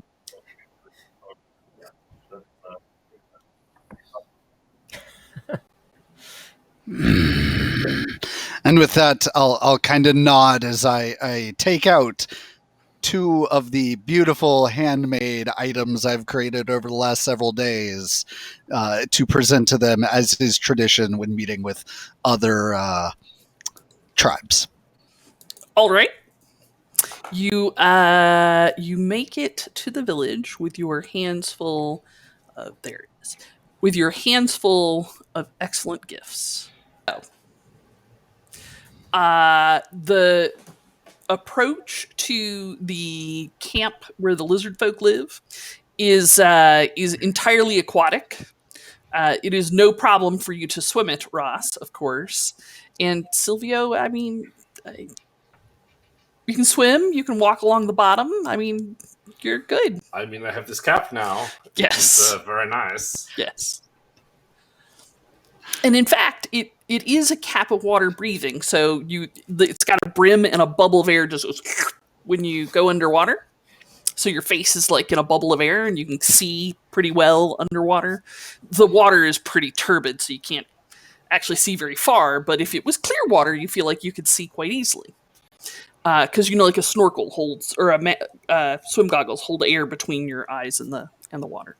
But also, when you climb out of the water just sheets off of you and leaves you entirely dry. Okay, maybe this item is worth a pick. And what's even better is, other than a little bit of hat hair, you're perfectly dry and ready to diplomatize. Sorry, I couldn't resist. So several of the lizard folk move to intercept you as you come near, and there's a general shout in Draconic that goes up that says, "Strangers!" I will, as we come out of the water, I will do that traditional like alligator where all you can see is my head as I like just slowly rise up. Yes. Settle. We come in peace, bearing gifts and the scale of your shaman, who I definitely remember the name of. So the shaman's name is Rashugagar. Rashugagar. It's very similar. It's like almost your name. Right. Completely different. Absolutely the same. It is like you are from the same clutch. So the shaman, Rashugagar, jumps down off the catwalk and moseys over through the greenery to meet you and says, "Greetings, Ras." Our deal has been completed, and I return unto you the scale. It turns out your swamp became the festering mound of a young black dragon. At the mention of a black dragon, several of the other lizard folk, like you see heads popping up from all over to see who has come. And Rashugagar says, "Was the home of a black dragon?" My companions and I have dispatched it, both on your request and the proclamation of the Rangers. Foresters, my friend. Foresters. Do you speak Draconic? Mm. Are you using your College of I Eloquence would- power? My I goodness have- is, I now have the ability to speak with up to 4 people magically and understand what they say. So I pick the shaman and the Ross. sub-chief and Ross and then that guy over there. When you say everything's fine now, do you mean Ben is I on mean- his own screen again? I mean, if you look in the stream output, all the players are showing up again, which is the problem we had before. Welcome, fans. So here's the big question: can you hear Ron? Ron, say something. Give us something. I'm happy to be potentially back. Hooray! Yay! All right, Ben. Can we hear Ben? I don't know. Can you hear me? Chat, tell me that you... Ah! Bologno speaks out, saying that he can hear me. Music to my ears, Bologno. Yes. Thank God for small miracles. Now let's try and trick these lizard folk into doing what we want. I mean, negotiate with them. All right. So the shaman Rashugagar treads over through the water as you say that you have slain the dragon, and he's like, "You slew it. You must tell us of the battle. We will prepare a feast in your honor tonight." Unfortunately, we still need to report back to the Foresters. The feast will need to be postponed. However, if you need proof, to the south you may still find remnants of the dragon's offspring. A couple of your scale shields may need to trek there to finish off the last of its brood. I shall set them on it. It will be a good way for them to prove their adulthood. They have both spider young and dogkin. Be on the lookout for both. Like that thing? You're still That dragging one. around Goose, I am. right? Mhm. Okay. I'm assuming that as a so is the I get that the dragon spider dragons are the offspring, but are the guard dogs like Guard legitimate? drakes. Are they legitimate offspring with also color coded for your convenience? I mean, are they legitimate in that do they have a claim to the throne now that we have deposed the ruler? I'm not saying I've played a lot of Crusader Kings 3 recently. I'm just saying when you speak of claim, this is what immediately jumps to mind. I mean, Silvio, all I want to know is, am I raising the next king? Okay, because So, I believe Mira or Victor thought back on some of the things that they have read and read that guard drakes are actually not even natural creatures at all. They are formed magically from dragon scales. And they generally take the talent of the talents and personalities of the dragons that created them. okay, so he's probably fairly aquatic then. Oh yeah, very swimmy. Okay, then yeah, he's right here with me. We pull up and I get him to sit and feed him some treats, not made from his former owner. Okay, no, Ron, no. It's good to know you have some restraint. All right. The shaman looks crestfallen, and in fact, his crest goes folds back. Right. Literally crestfallen? Literally crestfallen. Yes. And because he's got a a crest on his head, like Damn. so. Oh. So the shaman says, "Well, if you cannot stay, you are still. We will have a feast tonight, and you shall be accorded a hero of our tribe." I mean, if a feast is to be had, And I'll look back at Silvio. what not all of us would be needed to report back to the fortress. I suppose technically that not all of us would be required, but given that it is a new commander, perhaps we should not have some of the troops left behind. It might look poorly upon our friend Victor, you know. We could, go back and talk to him and say, hey, there's a feast involved and the opportunity to spread goodwill for the foresters. Perhaps we should stay here tonight and check in tomorrow?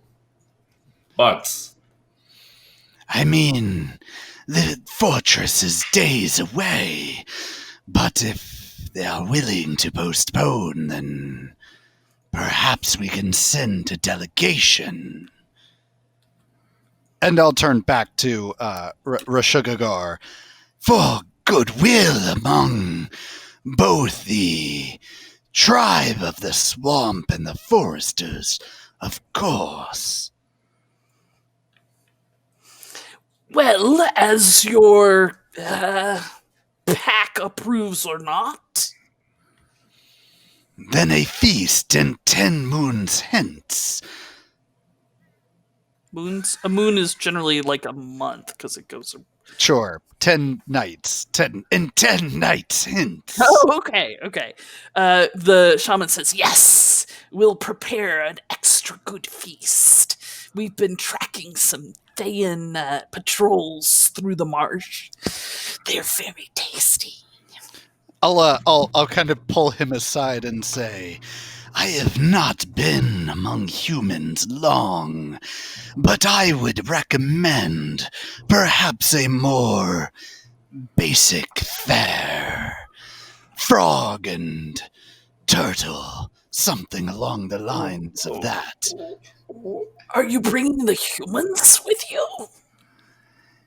If there is a delegation from the foresters, I do not think they will appreciate the meat of Thayans as much as lizardfolk might. We'll keep the good stuff back in Uncle's kitchen, then. And mayhaps I can even convince them to bring some of their lamb and chicken. He taps his claws together in enjoyment.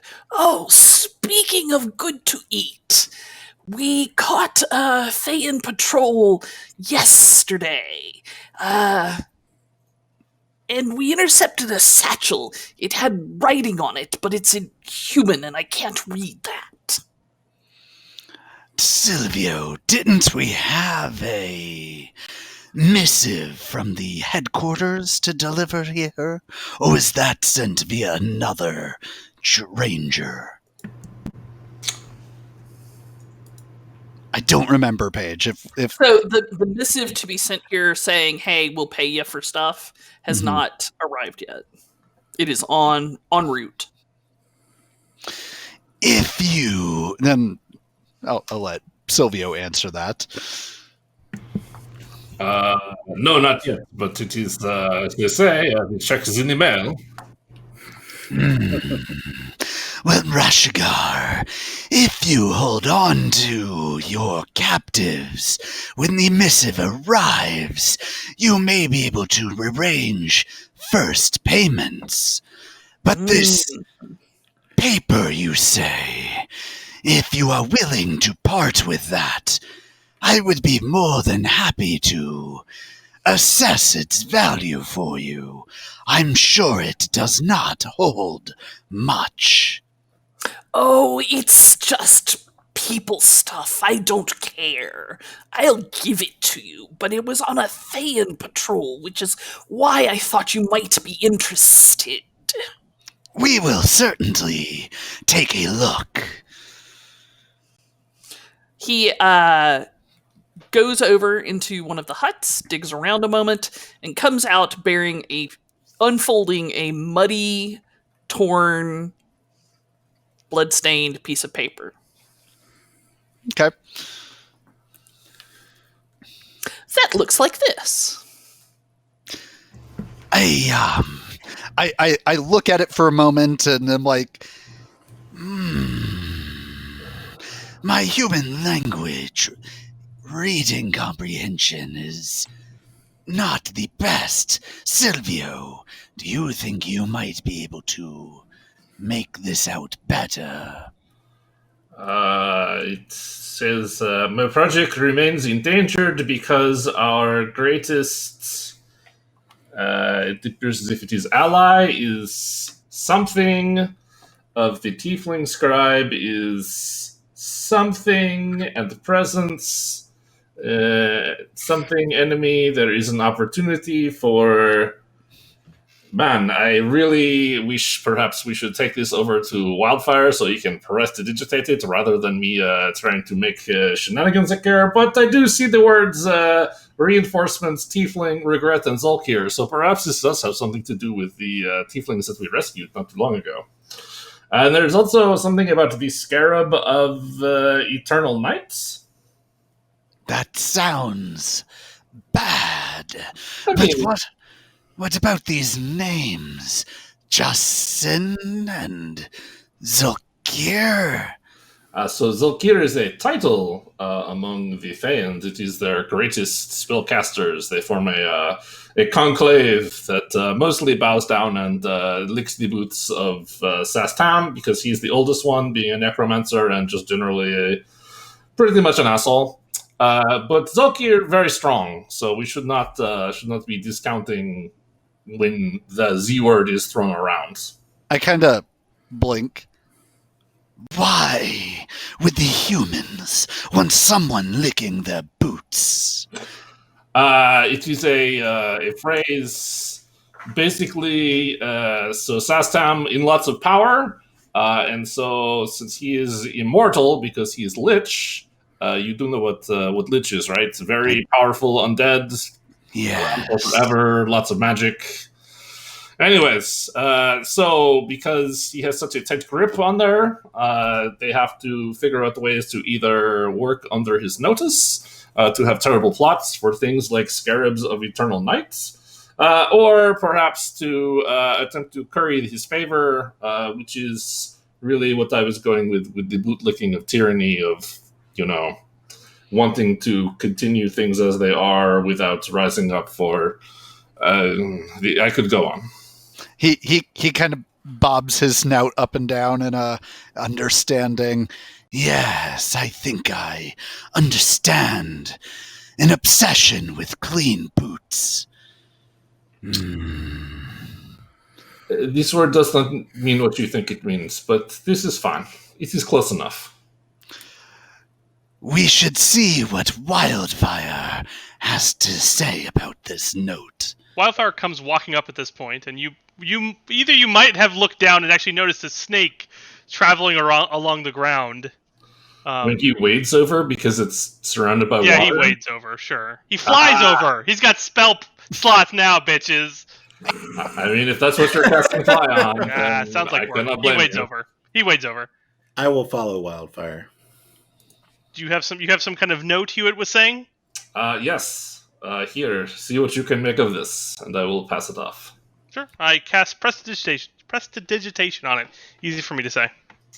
So prestidigitation cleans it up partially.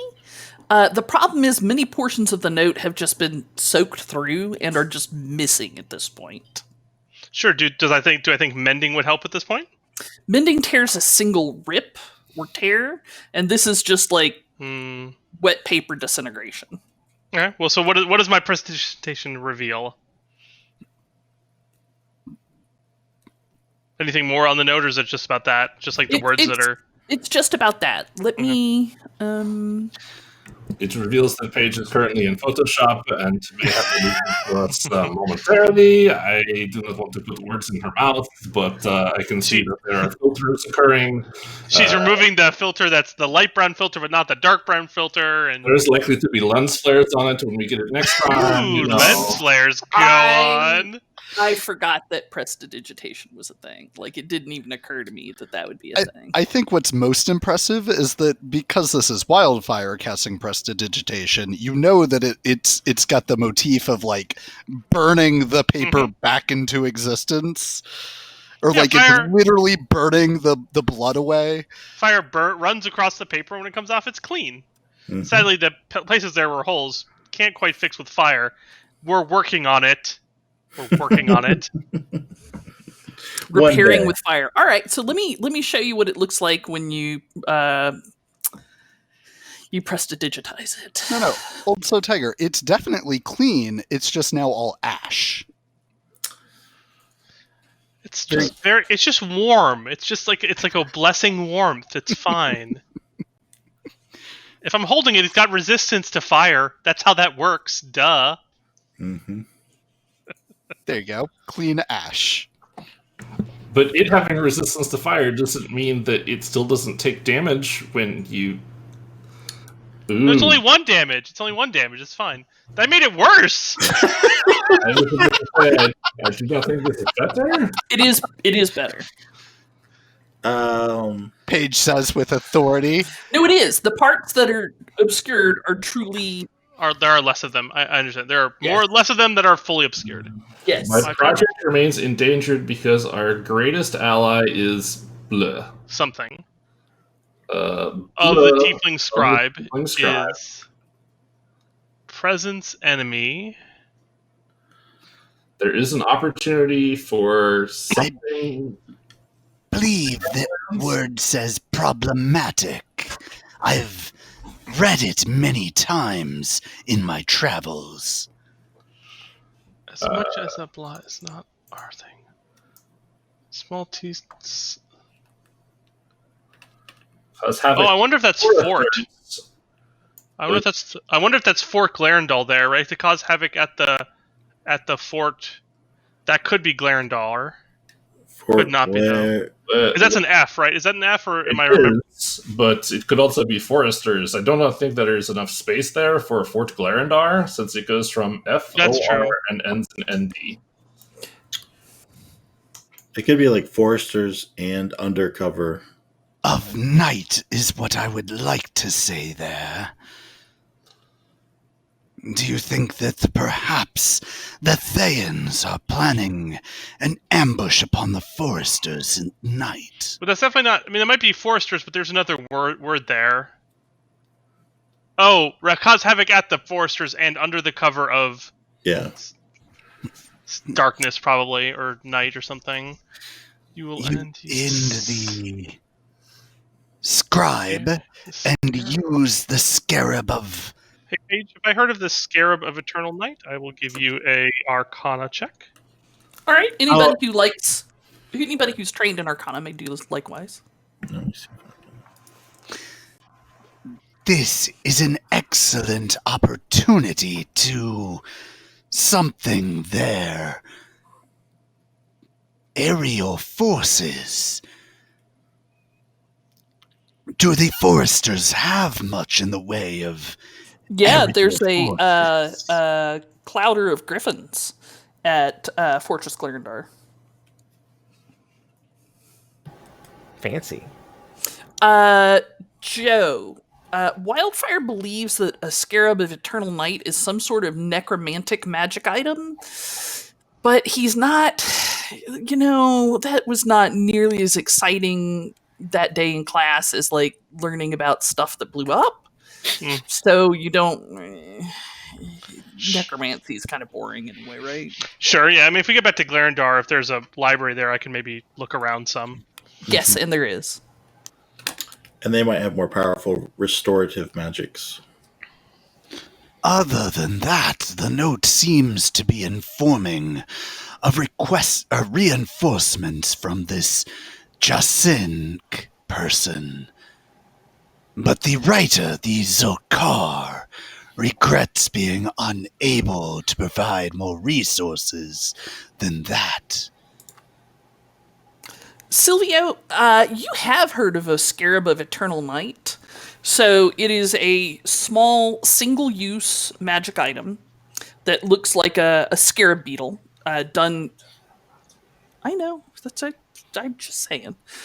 It's hard with my husband in the office. We're trying all kinds of new things. The scarab is a jeweled, elaborate, single-use magic item, and they're a bit expensive to build because you have to actually build the little jeweled scarab. But when you take a corpse and pierce its flesh or bone with the beetle's legs and a prong under there, it means that the corpse is not further modifiable by magic. It won't respond to speak with dead. It cannot be raised. The soul is obliterated.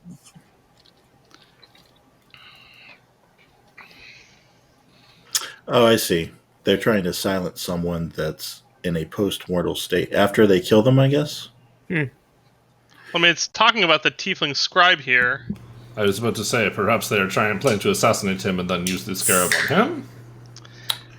But like, we've already learned potentially everything we could learn from him, unless there's something else he knows that maybe he doesn't realize is valuable. Yep.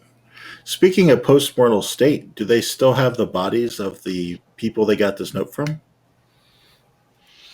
Do they have, like, the heads on a pike somewhere? Are they delicious? That conveniently still have their jaws attached with the heads on the pikes?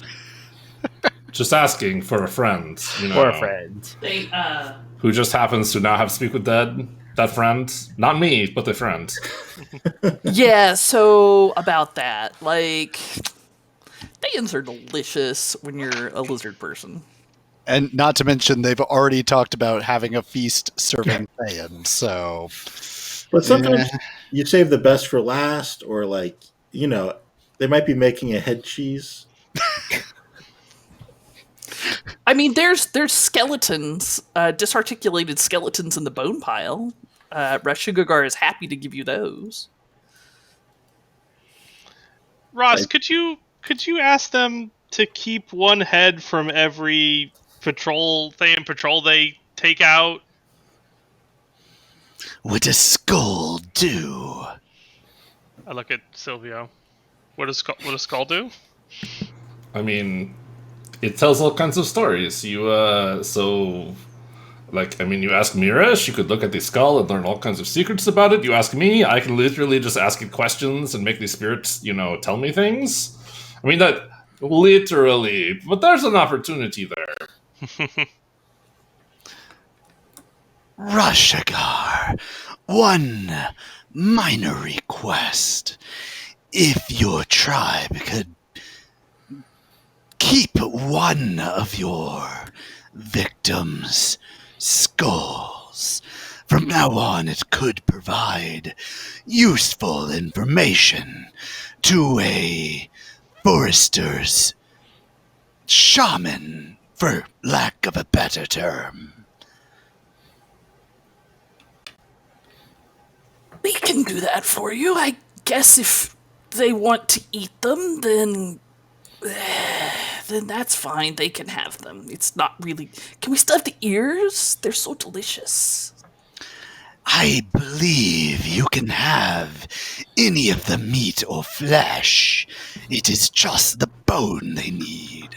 And it has to have the jaw part still with it. Preferably intact. Which is to say they can crack the skull open and take all the delicious gooey parts that are back there on Thans, I guess, if that is a thing that lizardfolk do. I'm just, trying to keep optimism alive for your culinary delicacies.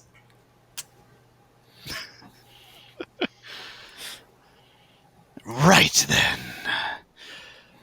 We will return, but I do not believe there is more to discuss at this point. Unless we will celebrate you, Fintir Vutha Darastrix, which means slayer a black dragon in Draconic. And a cheer goes up from the tribe. Fintirvutha! Fintirvutha! Then we will take our leave. And Ross will kind of hold his head proud as a representative of his tribe and the honor that title has bestowed upon him. Okay. Goose looks at you real happy and starts dancing back and forth from leg to leg. Excellent. I will reward Goose with a treat. You like, she's not real good about like not taking fingers with it, but she's learning. She's trying. Yeah, I mean, that's something we work on.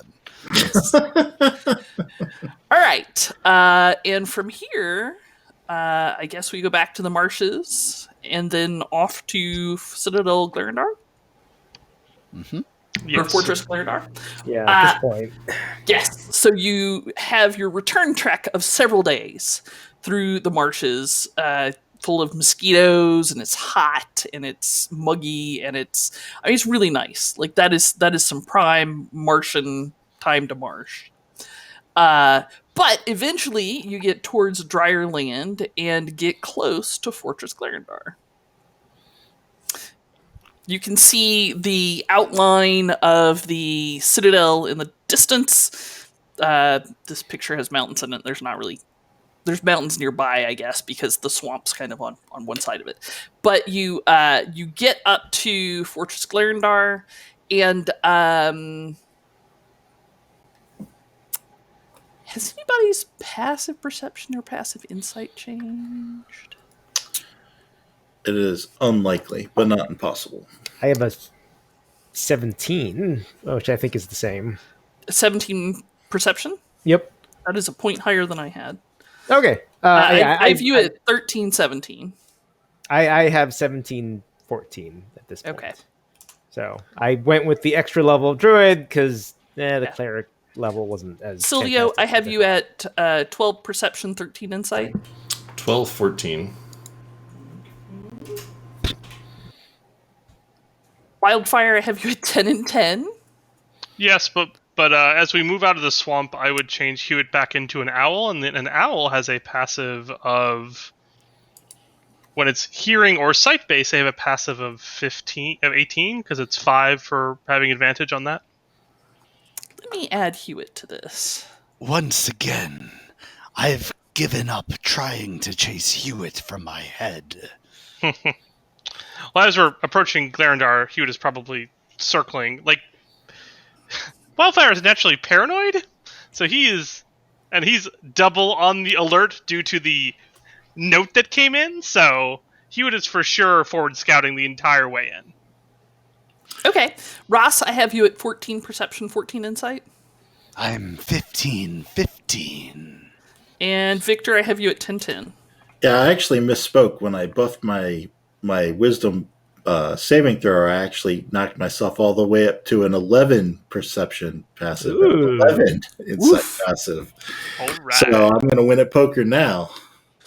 Not in this group. I mean, you'll beat Wildfire, but that's about it. So as you're getting closer to Fortress Glarondar, Hewitt, Ross, and Mira all immediately understand something's different. It's just a little bit different. And you realize that there's normally like griffins either circling around the fortress or flying in or flying out of the fortress, and they're not. There's nothing in the air right now. Aren't there usually flying assets above this fortress? Yes. Yes. Standard procedure is to have griffins flying overhead and short range reconnaissance pretty much all the time. There's nothing there. That's not good. Paige, I assume as we're getting closer, I'm starting to look for any signs of large or even small groups of maybe Thayan assassins. Specifically, I am actively spotting for Thayan assassins. All right, In case it matters. The Hydra on the side of the bridge that you can't see unless you specifically say Hydras. Yes, you are specifically looking for Thayan assassins. You do not see anybody walking around like with one of those sticks and a back banner that says "I am a Thayan assassin." Okay, just making a note of it. Fair Boy, enough. standards have really fallen down. Yes. The stick and the back banner is, I mean, mission critical, really. But you do know that there are plenty of prints leading in and out of this area, which makes a lot of sense. This is kind of the main path into and out of the marshes, so all the incoming and outgoing patrols go on it. So, plenty of prints, but none of them have like a T stamped in the boot heel for Thay. Or like a TA for Thay. Well, we will double time it now that we sense there is something afoot. All right. You get inside Citadel Glarondar, and it's, I mean, it doesn't look that different than normal. There's a group of new recruits that have just come in, and this was y'all many levels ago. But they've just been recruited, and so it's a bunch of, like, kids on the late end of teenagerhood who had volunteered for the Foresters, and they look tired, and they're drilling in the main square, and like their hands are shaking as they hold spears because they're so exhausted. And the people who normally bring in the groups of new recruits are barking at them, trying to get them into shape. The first couple of weeks of boot camp are always very, very sad for the boot campies. It's gotten to the point where it's funny now to most of the people who have gone through it, because that's how that works. So that's not particularly unusual, and there's plenty of people going in and out. You can hear the pong, pong, ponk of the smith pounding on something in the forge. You do hear the whicker of horses. Mira, my druid, and Ross, my barbarian, and I guess Silvio, because you notice that the horses, the horsey wickers, seem much happier than they normally are, because the horses are consistently freaked out by the griffins, because the griffins think horses delicious. So the horses don't seem to be nearly as stressed as they normally are. I think it's great that they're not afraid of Goose. This is going to make training so easy. Like, Goose. All right. We'll get to Goose. Yes, I had forgotten about Goose. So on the way in, you are stopped multiple times with, "What the fuck is that? And why are you bringing it in the house?" That's Ross. You may have met him before. He's actually a full-blown member of the Foresters.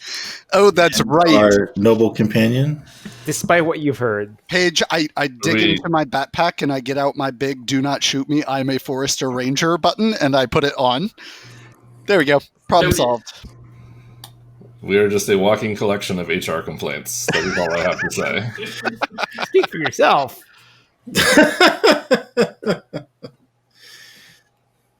So when you are stopped at the gate with "What the fuck is that?" Pointed at Goose, it's easy to see how it might have been pointed at Ross, because they're standing right next to each other. What do y'all do? I mean, he's a military asset for us now. Goose is. Don't worry. She is well trained.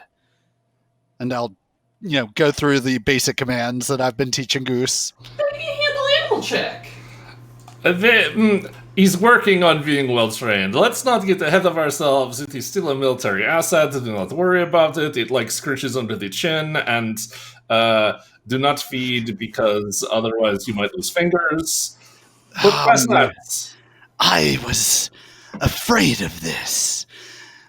Victor, I think the excitement of the fort might be a bit much for Goose, as I've rolled a massive 8. Yeah, you're hanging on to the leash, and you're strong, and it's a good thing, because Goose wants to get in everything. Like, literally everything. Her face must be in it. Perhaps Mira I offers should. some tips here. Perhaps I should wait outside. If you can't bring her into the fort, you can't keep her. Just, if you got to put a muzzle on her in the short term, I mean, maybe get some assistance from your companions. if you're magically. going to force the issue, let me try a bit of more of a forceful hand with her. No. And Gentle. I will use a much sterner approach to this with a little bit of guidance. from Before you Mira. do that, I will Yeah, wait, lean don't over worry. and gently tap your shoulder and be like, don't worry, you've got this. I shall inspire you as well. So you add a d8 to that. You can All right, decide to do so- that after you see the total of your roll, though. It's this plus a D4 for guidance plus a potential D8. Is that right? Oh, look, you're doing so good. Well, Athletics. Need a that's D8. athletics. Oh, wait. I think you have inspiration even, Russ. So it's a 23 pre-inspiration. That is an athletics check, That's not athletics. animal handling. What? Oh, You well, missed okay. the click, my friend. Computers are How hard. about- Oh! And that's before any bonuses? Yeah. All right, so you jerk the leash, and And Goose- I use my upset voice. Sit! and you jerk the leash and say sit, and Goose looks at you with her eyes like as big as saucers, like oh my god, what have I done here? And she sits down on the ground and gently leans forward and kind of goes meh. Meh. I believe we are ready. Excellent job, Russ. Silvio, I believe you were trying to sweet talk the guard. Yes, as I was saying, as you can see, is a very well-trained creature. It is a military asset, as my commander Victor has said, and this will not be a problem for anyone, or do not worry, it will all fall back on us to take care of. We will make sure that there are no problems at all. I would like an I bullshit the guard roll. Excellence. You have played into my trap, for you now must face the wrath of my plus 10 persuasion. However, because I will also offer you some guidance. No. To the left. however, I'm going to wait for this heckling to stop. He rolled She did it. So, he rolled a nat one. the interesting thing is, I rolled a nat one, but because I am the type of bard that ensures that I can make sure that my stats match my role play, my lowest I can roll is a 10, therefore I offer you a 20. Fair enough. That was just fine. Such is the protection of this class. Real nice. All right, so you stumble a minute because you realize you start speaking to this person in Draconic, because that's what Ross had been talking to Goose in, and then you realize and pick it back up, and oh yes, right. The guards kind of looks at you, and he looks at Victor, and he looks at you, and he looks at Victor, and it's like, well, it's Toussaint's ass if it's a problem. Go right ahead. What could go wrong? This sounds great. I mean, this is a military institution that utilizes griffins. I'm pretty sure a war drake or two is not going to make much difference. Or we used to use griffins, at least guard. Why aren't there any griffins on patrol? So something's come down with the whole clouder. Some kind of cold or virus or something. And of course, for fuck's sake, the vet is up in Velprintalar for a conference when this happens. So they left one of the Griffin riders here to take care of the Griffins. I mean, obviously, she has help from the rest of the fort, so she didn't have to do it all herself. But she's in charge of the Griffins now. And the rest of the Griffin riders left on horses to go to Velprintalar to go grab their vet back. Mira, why don't you give them a second opinion on whatever it is? I know Griffins don't swim, but I think there's, you still might be able to have some insight. I mean, they bleed red blood, so they're kind of within the same milieu, right? Oh, I think most of the things Mira cares about don't bleed red blood. This is also true. I will join you if perhaps I may. I know a little bit about medicine. Please come along. I think we can have a look and see if there's something to be done, and if perhaps this matches any of the other things that we are concerned about. Agreed. And Ross, you come too. We should be able to find quarters for Goose nearby where the Griffins are. We'll get ready to go. With that, let's take a very short break, and we'll be back for some thrilling conclusions. And welcome back to our special long-form Feats and Fables live play adventure. When we last left our heroes, they were coming back to Fortress Glarondar, where the foresters of Aglarond are headquartered. At least the ones that watch over the swamps in the far east side of the country, which is kind of not very glamorous. But here we are. And our heroes have managed to talk the guards at the gate into letting Ross bring Goose, his guard drake, in with them. So, there's a bunch of people who want to do a bunch of things. Last I heard, Silvio and Mira were going to go look in on the Griffins. With Ross? And I am going as well to find quarter for Goose. Is it a really good idea to mix that creature with the Griffins? With a sturdy steel cage, I'm sure it will be fine. Where were you getting a sturdy steel cage from? We must keep the Griffins somewhere. They don't keep them in cages. You're telling me they're free-ranged Griffins? We are an ethical Griffin. But those are the most delicious. Victor told us that perhaps there would be somewhere we could quarter Goose. If there is, then great, and if not, then we have learned more information and we'll have to quarter it in our quarters, her in our quarters, rather. Yes. The worst case scenario, it can rather Goose and Ras can stay more or less outside while we look and investigate where to put Goose. That would be fine for me as well. All right. You head across, and then I'll show you. We'll do it live. Fuck it, we'll do it live. All right. So here is an overview of Fortress Glarondar. Thanks to 2-Minute Tabletop. This is one of their maps, High Reach Castle. I really dig their stuff. That is one of the few Patreons that I give money to pretty frequently. So, the Griffins are kept in an eyrie on top of this tower, which is the HQ building.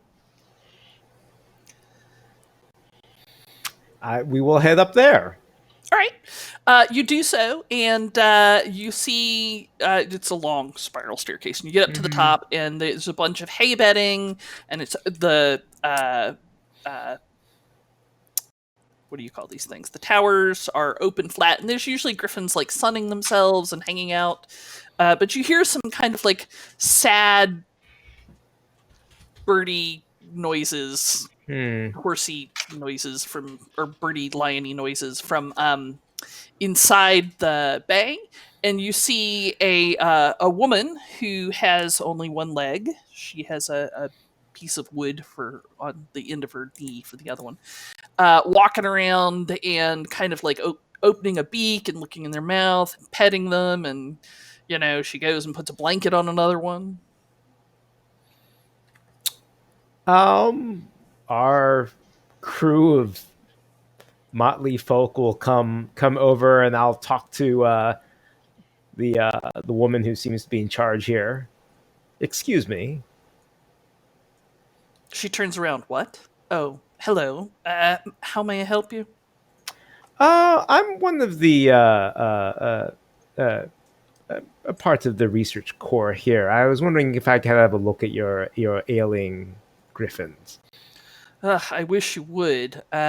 Sure.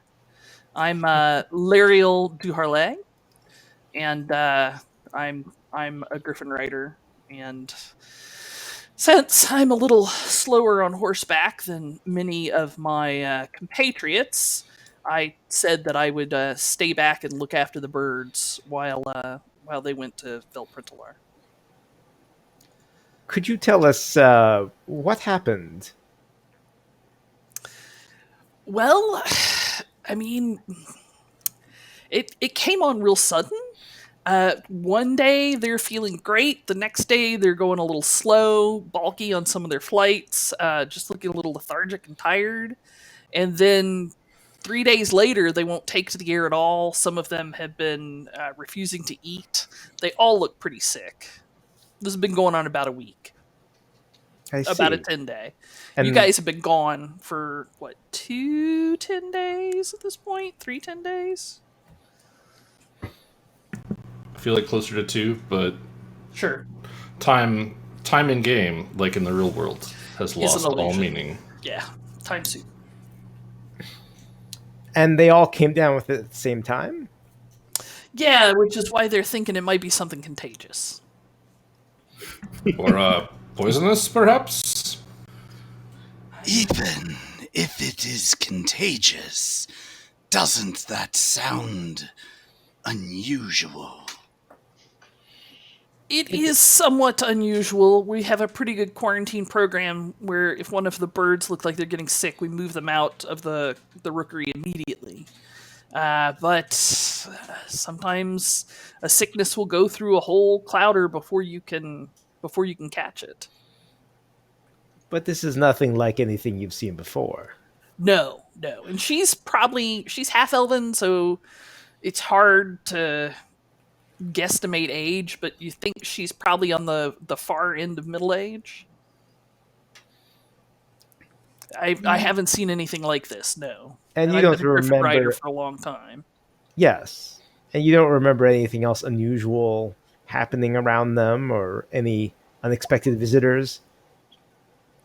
No, we always get a few people, especially the new recruits, that want to come up and look at them because a lot of them are starry-eyed. They want to be Griffin riders one day, and it's good to get people familiar with them and also to keep the birds socialized. But no one from outside. Mira will turn to Ross and were you beating someone? No, I clicked the wrong button. I wasn't sure if that was an ambush move. I accidentally clicked on my quarterstaff. I wasn't ambushing you from behind. He was just cleaning it and it went off. I mean, Mira, when my sudden but inevitable betrayal comes, you'll know. Will I I? thought you were so sure that she was lying that you were just going directly to blows. And I was like, that seemed a little fishy to me as well, but sure. I mean, you do say that though, Paige. I've got Goose with me. I'm gonna take a look around the Eyrie. Is there like a food prep area? Yes. I'm gonna just kind of, mosey over to that area while Mira and the Griffin Rider are having their conversation. Sure. And I don't know if I don't have any magical way to detect this, but like, does anything seem off or foul or wrong with the food? Make me a is this food good to eat roll. I've got a survival I can give you. I'll totally take survival. Like athletics, you would really had to sell me on, but survival is 100%. How about So, a 21? so there are several sides of beef hanging, Delicious. and yes, they're doing kind of the dry age thing, but they're kind of off in an area out of sunlight, and there's a few tufts of brown mold in there that keep the temperature very low. Probably just a handful of degrees above freezing. The actual prep area is clean. They take lye apparently and scrub the stone table after every cleaning. There's a few little specks of blood in places, but it looks pretty clean. There's also a cabinet over there of various medicine-y kind of things that you think that they might give the birds every once in a while. I'll take a knife and just kind of carve a piece off of one of the hides, and I will split it in half and give half of it to Goose, as well as keep the other half for myself, because it's delicious. Okay. And by hides, you mean one of the hanging sides of beef? Yeah. Just whatever I think they might have fed the griffin recently. Okay. To see if you pick up the same disease. I mean, I've got one way to detect poison. Like, I love You're this. using Goose as a poison taster. I ate it too. I love that we went from just having a bunch of griffins that are sick, and now we have a bunch of griffins, a black guard drake, and a barbarian that are sick. This is great. I mean, chances are the black guard drake is probably immune. Maybe. Could somebody please describe to Mike, and maybe Ross, but definitely Mike, that magic exists in this universe, and you could use it to do things? No, this is way funnier. I mean, This is way That's on y'all. No, Not me. No. Wait a minute. Yes, magic exists, Joe, but you want to know what else you can do? Just poison people. Well, Or in sure, this but case, griffins. yeah, Mike. What I'm saying is the magical detection of poison is a very simple magical spell to cast. Well, Ross doesn't know that. But do you? That's what I'm trying to verify. Also, probably not. But that's Probably cool. not. He doesn't need to know about spells that other people have unless they're directly affecting him at this moment. Again, back to my original statement. But this Okay, is excellent. Mira's gonna go over and examine one of the more ailing-looking griffins. Sylvia will join along with. The Griffin Master, or at least the woman who's left as the Griffin Master, Lyriel Duharlay, says, "You might want to be careful. They're pretty ill-tempered and a bit snappy. What are you doing?" I am calming it first with a skosh of animal handling, perhaps. Like, easy there. And perhaps this is something that Silvio can also make non-threatening hand gestures for. I don't know. Ooh, yeah, he'll do the Chris Pratt, the hand out. So I will be aiding you because Yay! this is something that you have. Well, I mean, I know a little bit of everything, but this is something Right. you're certainly better at. I have a +4, so it's probably not like crazy better. And just remember, you can still ask for guidance for things that you are rolling yourself as well. Oh, I will totally. I'll be like, hey, you know what? What use some help on not getting my head bitten off. All right, so I will do that thing, and I can always roll the guidance die afterwards. So, I have a 22, which is pretty dang good. Okay, so with that, the Griffin settles down and looks pretty dejectedly miserable, and submits to your examination. I make the right hand gestures. It's a complex series of hand motions. Yeah, I will examine also with Silvio's aid. You know a little bit about medicine there too, Buckaroo. I took a correspondence course, so sure. You watched a master class once. Yeah, I mean, I have this Great Courses Plus subscription, and I just kind of let it play in the background. Sometimes I learn things. He stayed at the Holiday Inn last night. I mean, it'll be fine. Yeah, I Holiday mean, Inn that's basically Express. what being a bard is. You get, you know a little bit of everything because you listened to something on a podcast once. I love it. All right, so Mira will make an examination here. Maybe kick in some of that guidance D4 there. Oh yeah, click the thing. All right, so that's a 22 when all is said right. and done. So you look in their eyes, and you can see that the lining of their eyes indicates a type of anemia that might be brought on by a high parasite load or something like that. But then you start noticing that their claws are somewhat brittle, and that they have a faint orangish sheen to their feathers, and you recognize this as a definite symptoms of poisoning. And it's a slow, debilitating poison that could pretty easily be mistaken for a communicable disease. Okay. Mira is going to sort of square up and look this particular griffin in the eye, who is probably a beast. Probably a monstrosity. Let me look. Are we That's thinking speak with animals? Yeah. that is so mean, Paige. There's no reason to call someone cat a monstrosity. To their face! To their face! I think most creatures that look like they're two creatures that got squished together by an angry god-powered infant are monstrosities. Yes. Yeah, but you don't have to tell them that, Ron. You have to treat them differently because of it. You can still I purchased some of these antitoxins before. Perhaps you would like to try to mix that in with their food to see if that will help. That probably wouldn't hurt. But let's see what Paige is about to. As I recall, Griffins are a monstrosity. Okay. Well, How judgy. How judgy. Go talk to. thanks, Jeremy Crawford. Yeah, Jeremy Crawford. okay. How many griffins are there here?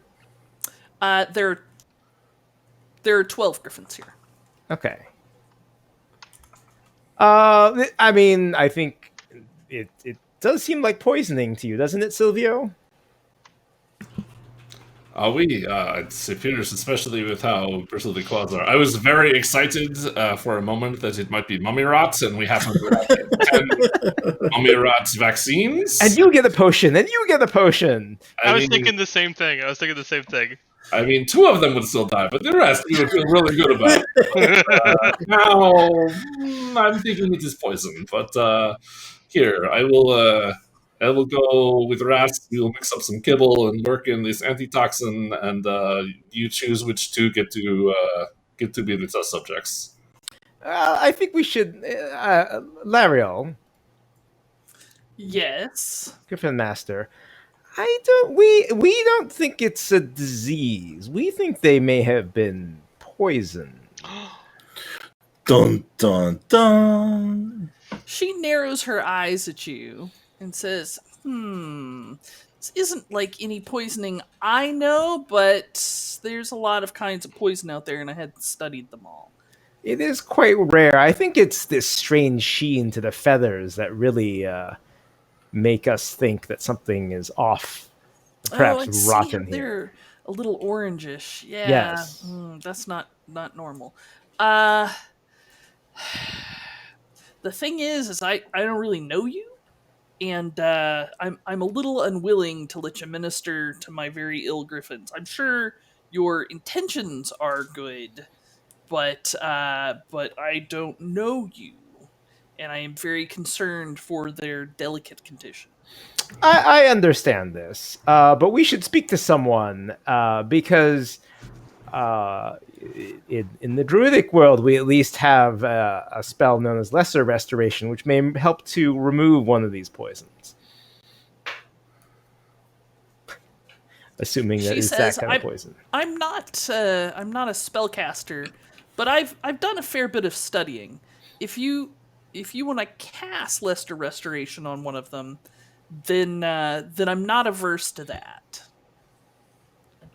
And I think we just lost Joe and Coda. Their internet is down, possibly Because- temporarily. Who needs internet? Yes, they're The still good news sending. is, I think that we're still live. Yes.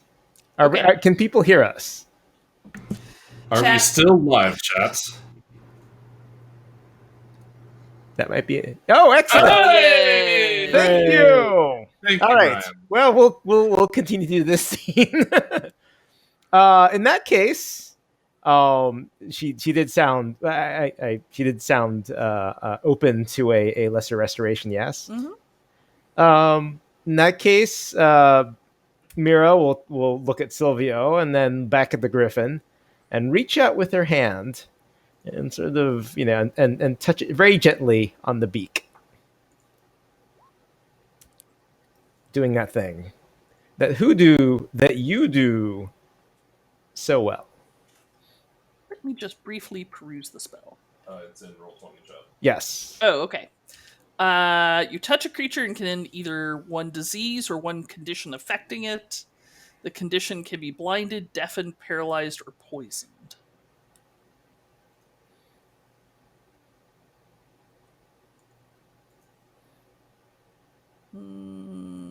Unless it's more severe or systemic than that, because who knows? Who knows about these things? But it does say poison, so Well, that's the poisoned condition, which is just mechanically bad.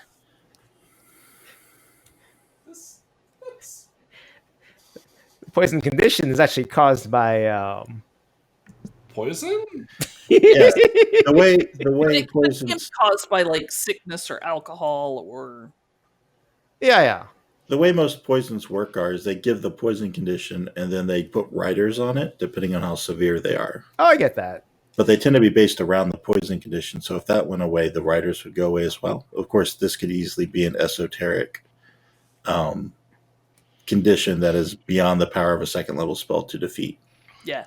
So the Griffin does look better. Like it perks up and you can tell it's feeling better, but you believe that the underlying toxin is still present in its system. Do we have any guesses as to what that underlying toxin is?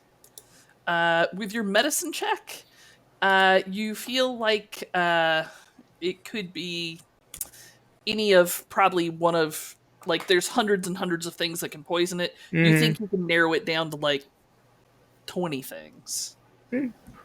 So it could Okay. be certain metals, like, acute copper toxicity. It could be plants. It could be magical. It could be venom from another creature. I was hoping you'd take us down the road of heavy metal poisoning in birds.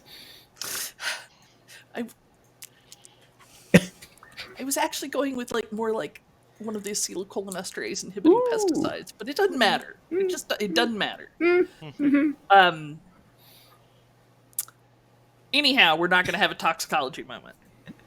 Why So not? You think you've made the Griffin feel better, but you feel like it is probably still subject to whatever effect it was previously. I'm not actually curing what ails it. I'm just providing supportive care. Yes, palliative care. Ugh. I mean, with a 19 on your medicine, you feel like this will definitely be fatal, but it might take another 3, 4, 5 days. I need to act quickly. If we had different classes instead of palliative care, it would be paladinative care. Oh, ba-dum-bum. Inspiration I feel like for that reason alone, we should draw this to a close. Well, perhaps Wildfire and I can quickly accomplish something. I am not sure that you can. Also, we can't hear you, Paige. To push talk. Let's switch the camera to Wildfire and Victor. So since we think our tiefling friends are potentially under threat, we're going to try and confirm whether they're still around before we go talk to Perrin Alistrara. Gotcha. So the tieflings really stick out here, uh, both by manner and the fact that there's just, I mean, to see kind of a squad of tieflings together is a little unusual in this particular fortress. So it is not hard to find the quartet of tieflings. In fact, they are up on one of the walls, and Chara is sketching something, and the rest are just kind of hanging out.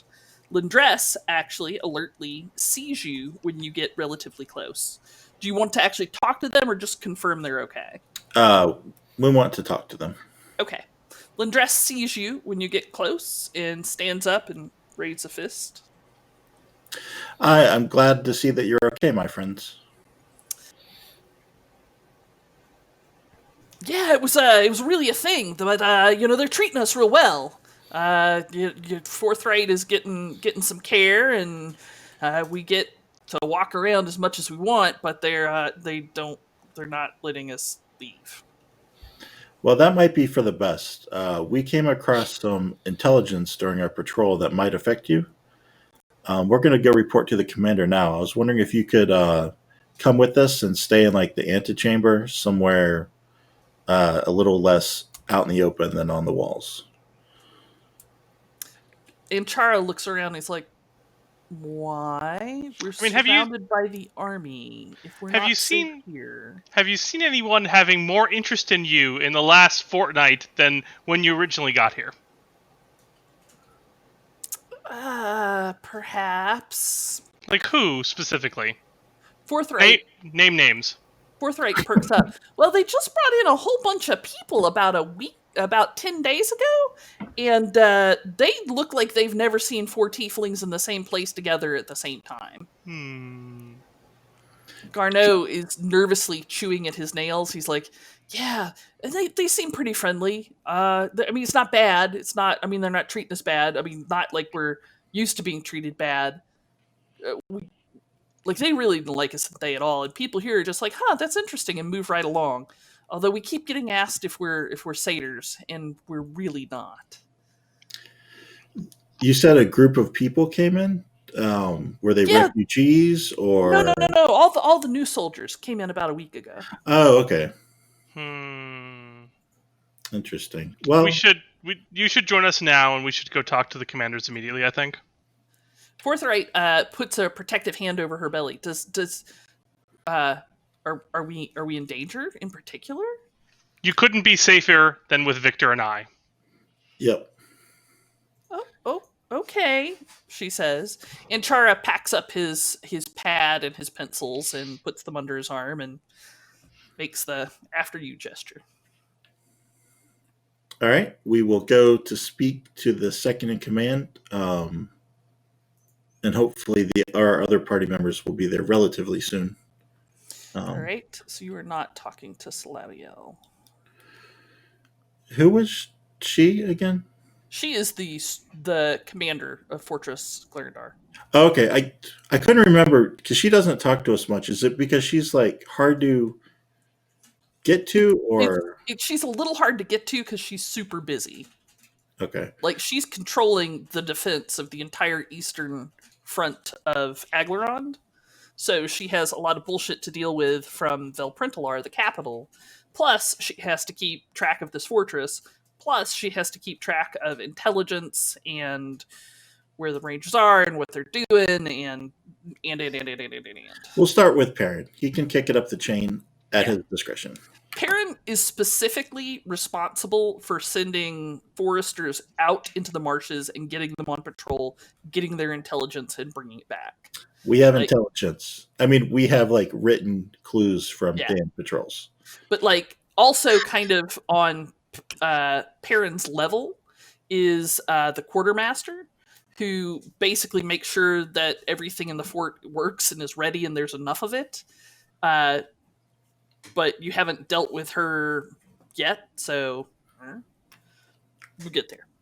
Anyhow, yes. So Perrin actually is making his way towards you as you are making your way towards his office, and you recognize his bow-legged walk, and he comes up and says, "Aye, you're back. You're not bringing a quartet of tieflings again? What you got this time? I No. heard you brought a monster with you." These are the original tieflings. Yeah, no, I recognize them. Oh, good. Sir, could we give our report inside, please? He tilts his head to the side, looks at the cuts his eyes at the tieflings, and says, "Aye, let's go." And steps into his office, gestures you in, closes the door. He's got his desk on a side and a bunch of bookshelves, and they're all full of journals that are stuffed full of notes. Like that's a treasure trove of information. So he takes you over to the other side. His office is L-shaped. He takes you over to the other side where he's got several couches and a fireplace just for people to kind of talk. Says, "Sit down, take a load off." I retrieve from my pack the muddy note and hand it to him. He reaches over and takes it. Well, I mean, it's clean now. It's just not intact. Right, but he's taking it by the corner to be gentle with it, and then puts his hand under it. So starts reading. "Where'd you get this?" The lizardfolk had ambushed a Thayan patrol and had retrieved it within the last 10 days. Unfortunately, they ate all the Thayans, so we couldn't interrogate them in any capacity.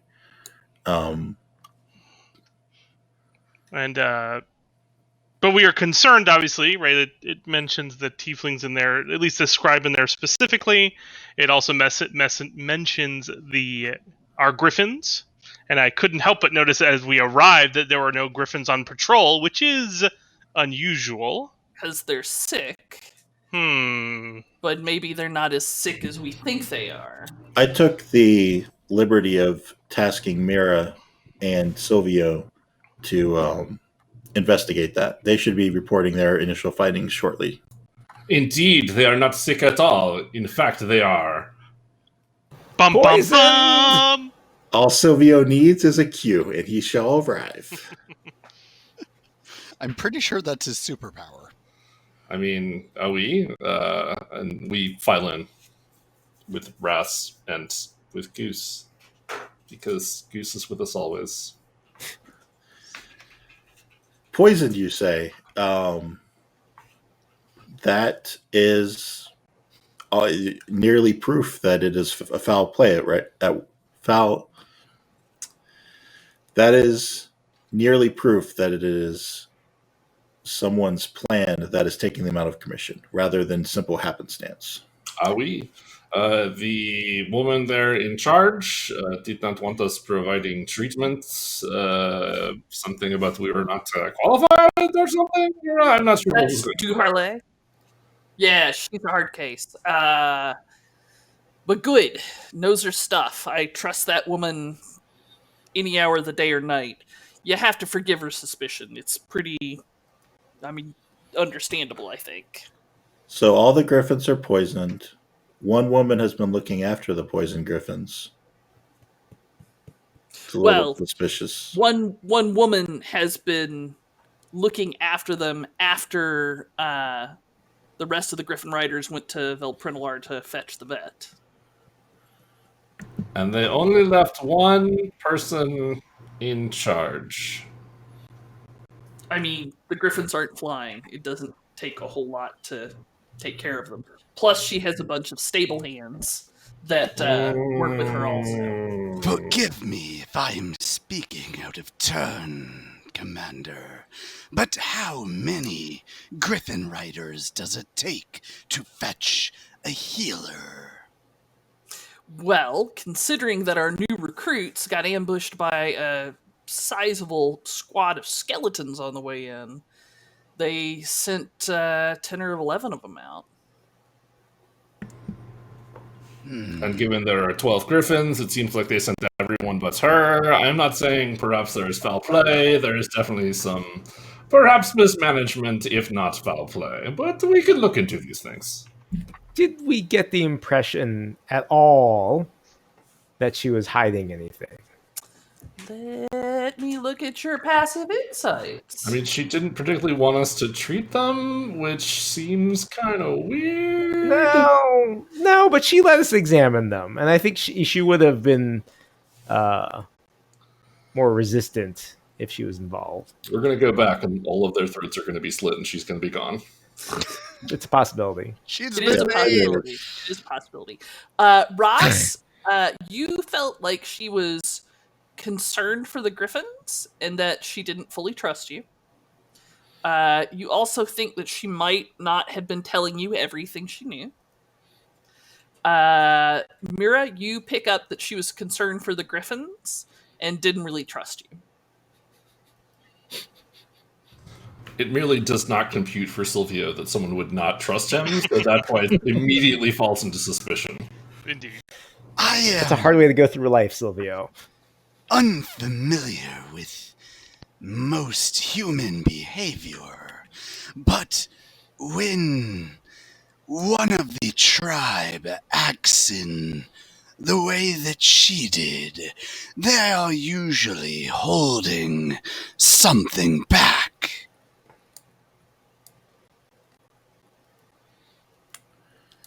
Or was that just me?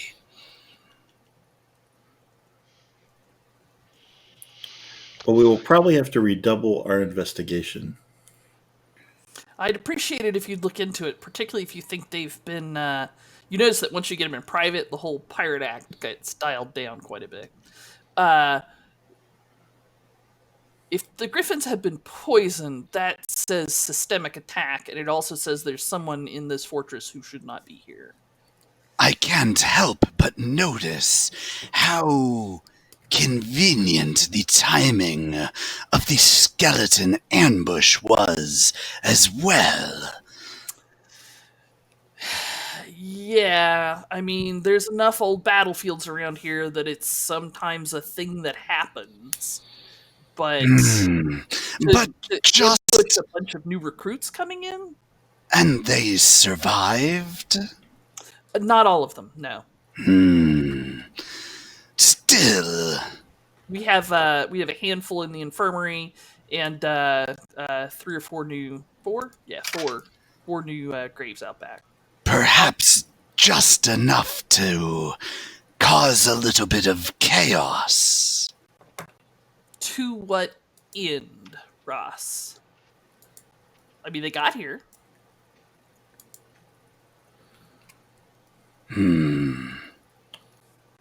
Maybe they swapped in an imposter.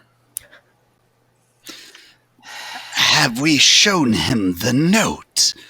Didn't it mention something about causing a little bit of chaos and taking advantage of that?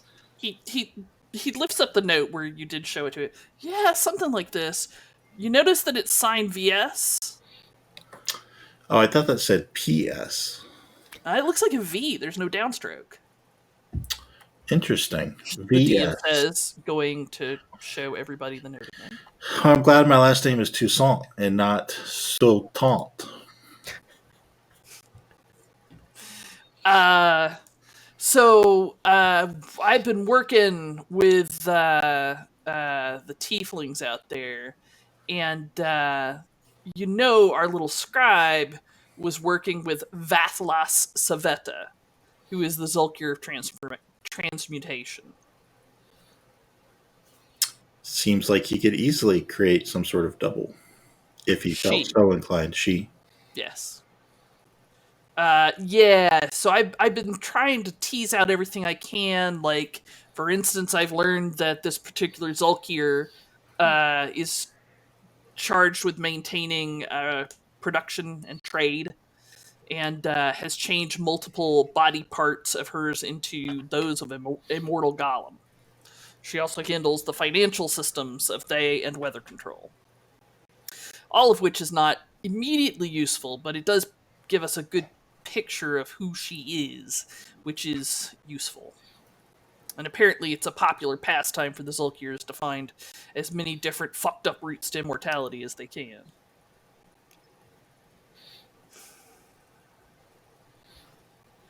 So VS could be the Zulkir of Transmutation who would want our scribe back. Hmm. And with that, the scene closes and it fades to black. And to see what happens next, you'll have to join us next Monday on Feats and Fables. Thank you for joining us on this long form adventure. We'll have the video up on YouTube, hopefully edited to get our technical fuck ups out of it. Fine. That will be a thing. I will take care of that thing. Oh, you will take the ring to Mordor. Thank you. Thank you so much, our listeners and supporters, particularly those of you who are sticking with us through our technical difficulties. It's hard enough to put on a game for everybody and get them to enjoy it, and when you're having to fight the system that distributes it, it's really hard. So we really appreciate you sticking with us. We also want to call out Dragon Slayer 19, Erskine and James, our Patreon supporters. Mwah! Mwah! We thank Bologno, James and Steph 10, and Old Solo Tiger for talking to us in Twitch chat. Maxavere 34. And Maxavere 34, thank you. I was not able to get everybody. It was, did I get Maxavere 34? Yep. Tririn, I think. Yeah. Tririn, it's Ron. No. Hi, Ron. Yes. I was reporting that I was, technical difficulties. Yes. So, please join us next Monday night. We're going to do some little technological optimization between here and there, I promise. But join us next Monday night at 8 p.m. Eastern Time to see what happens next. And follow us To adventure! Yeah! Someday.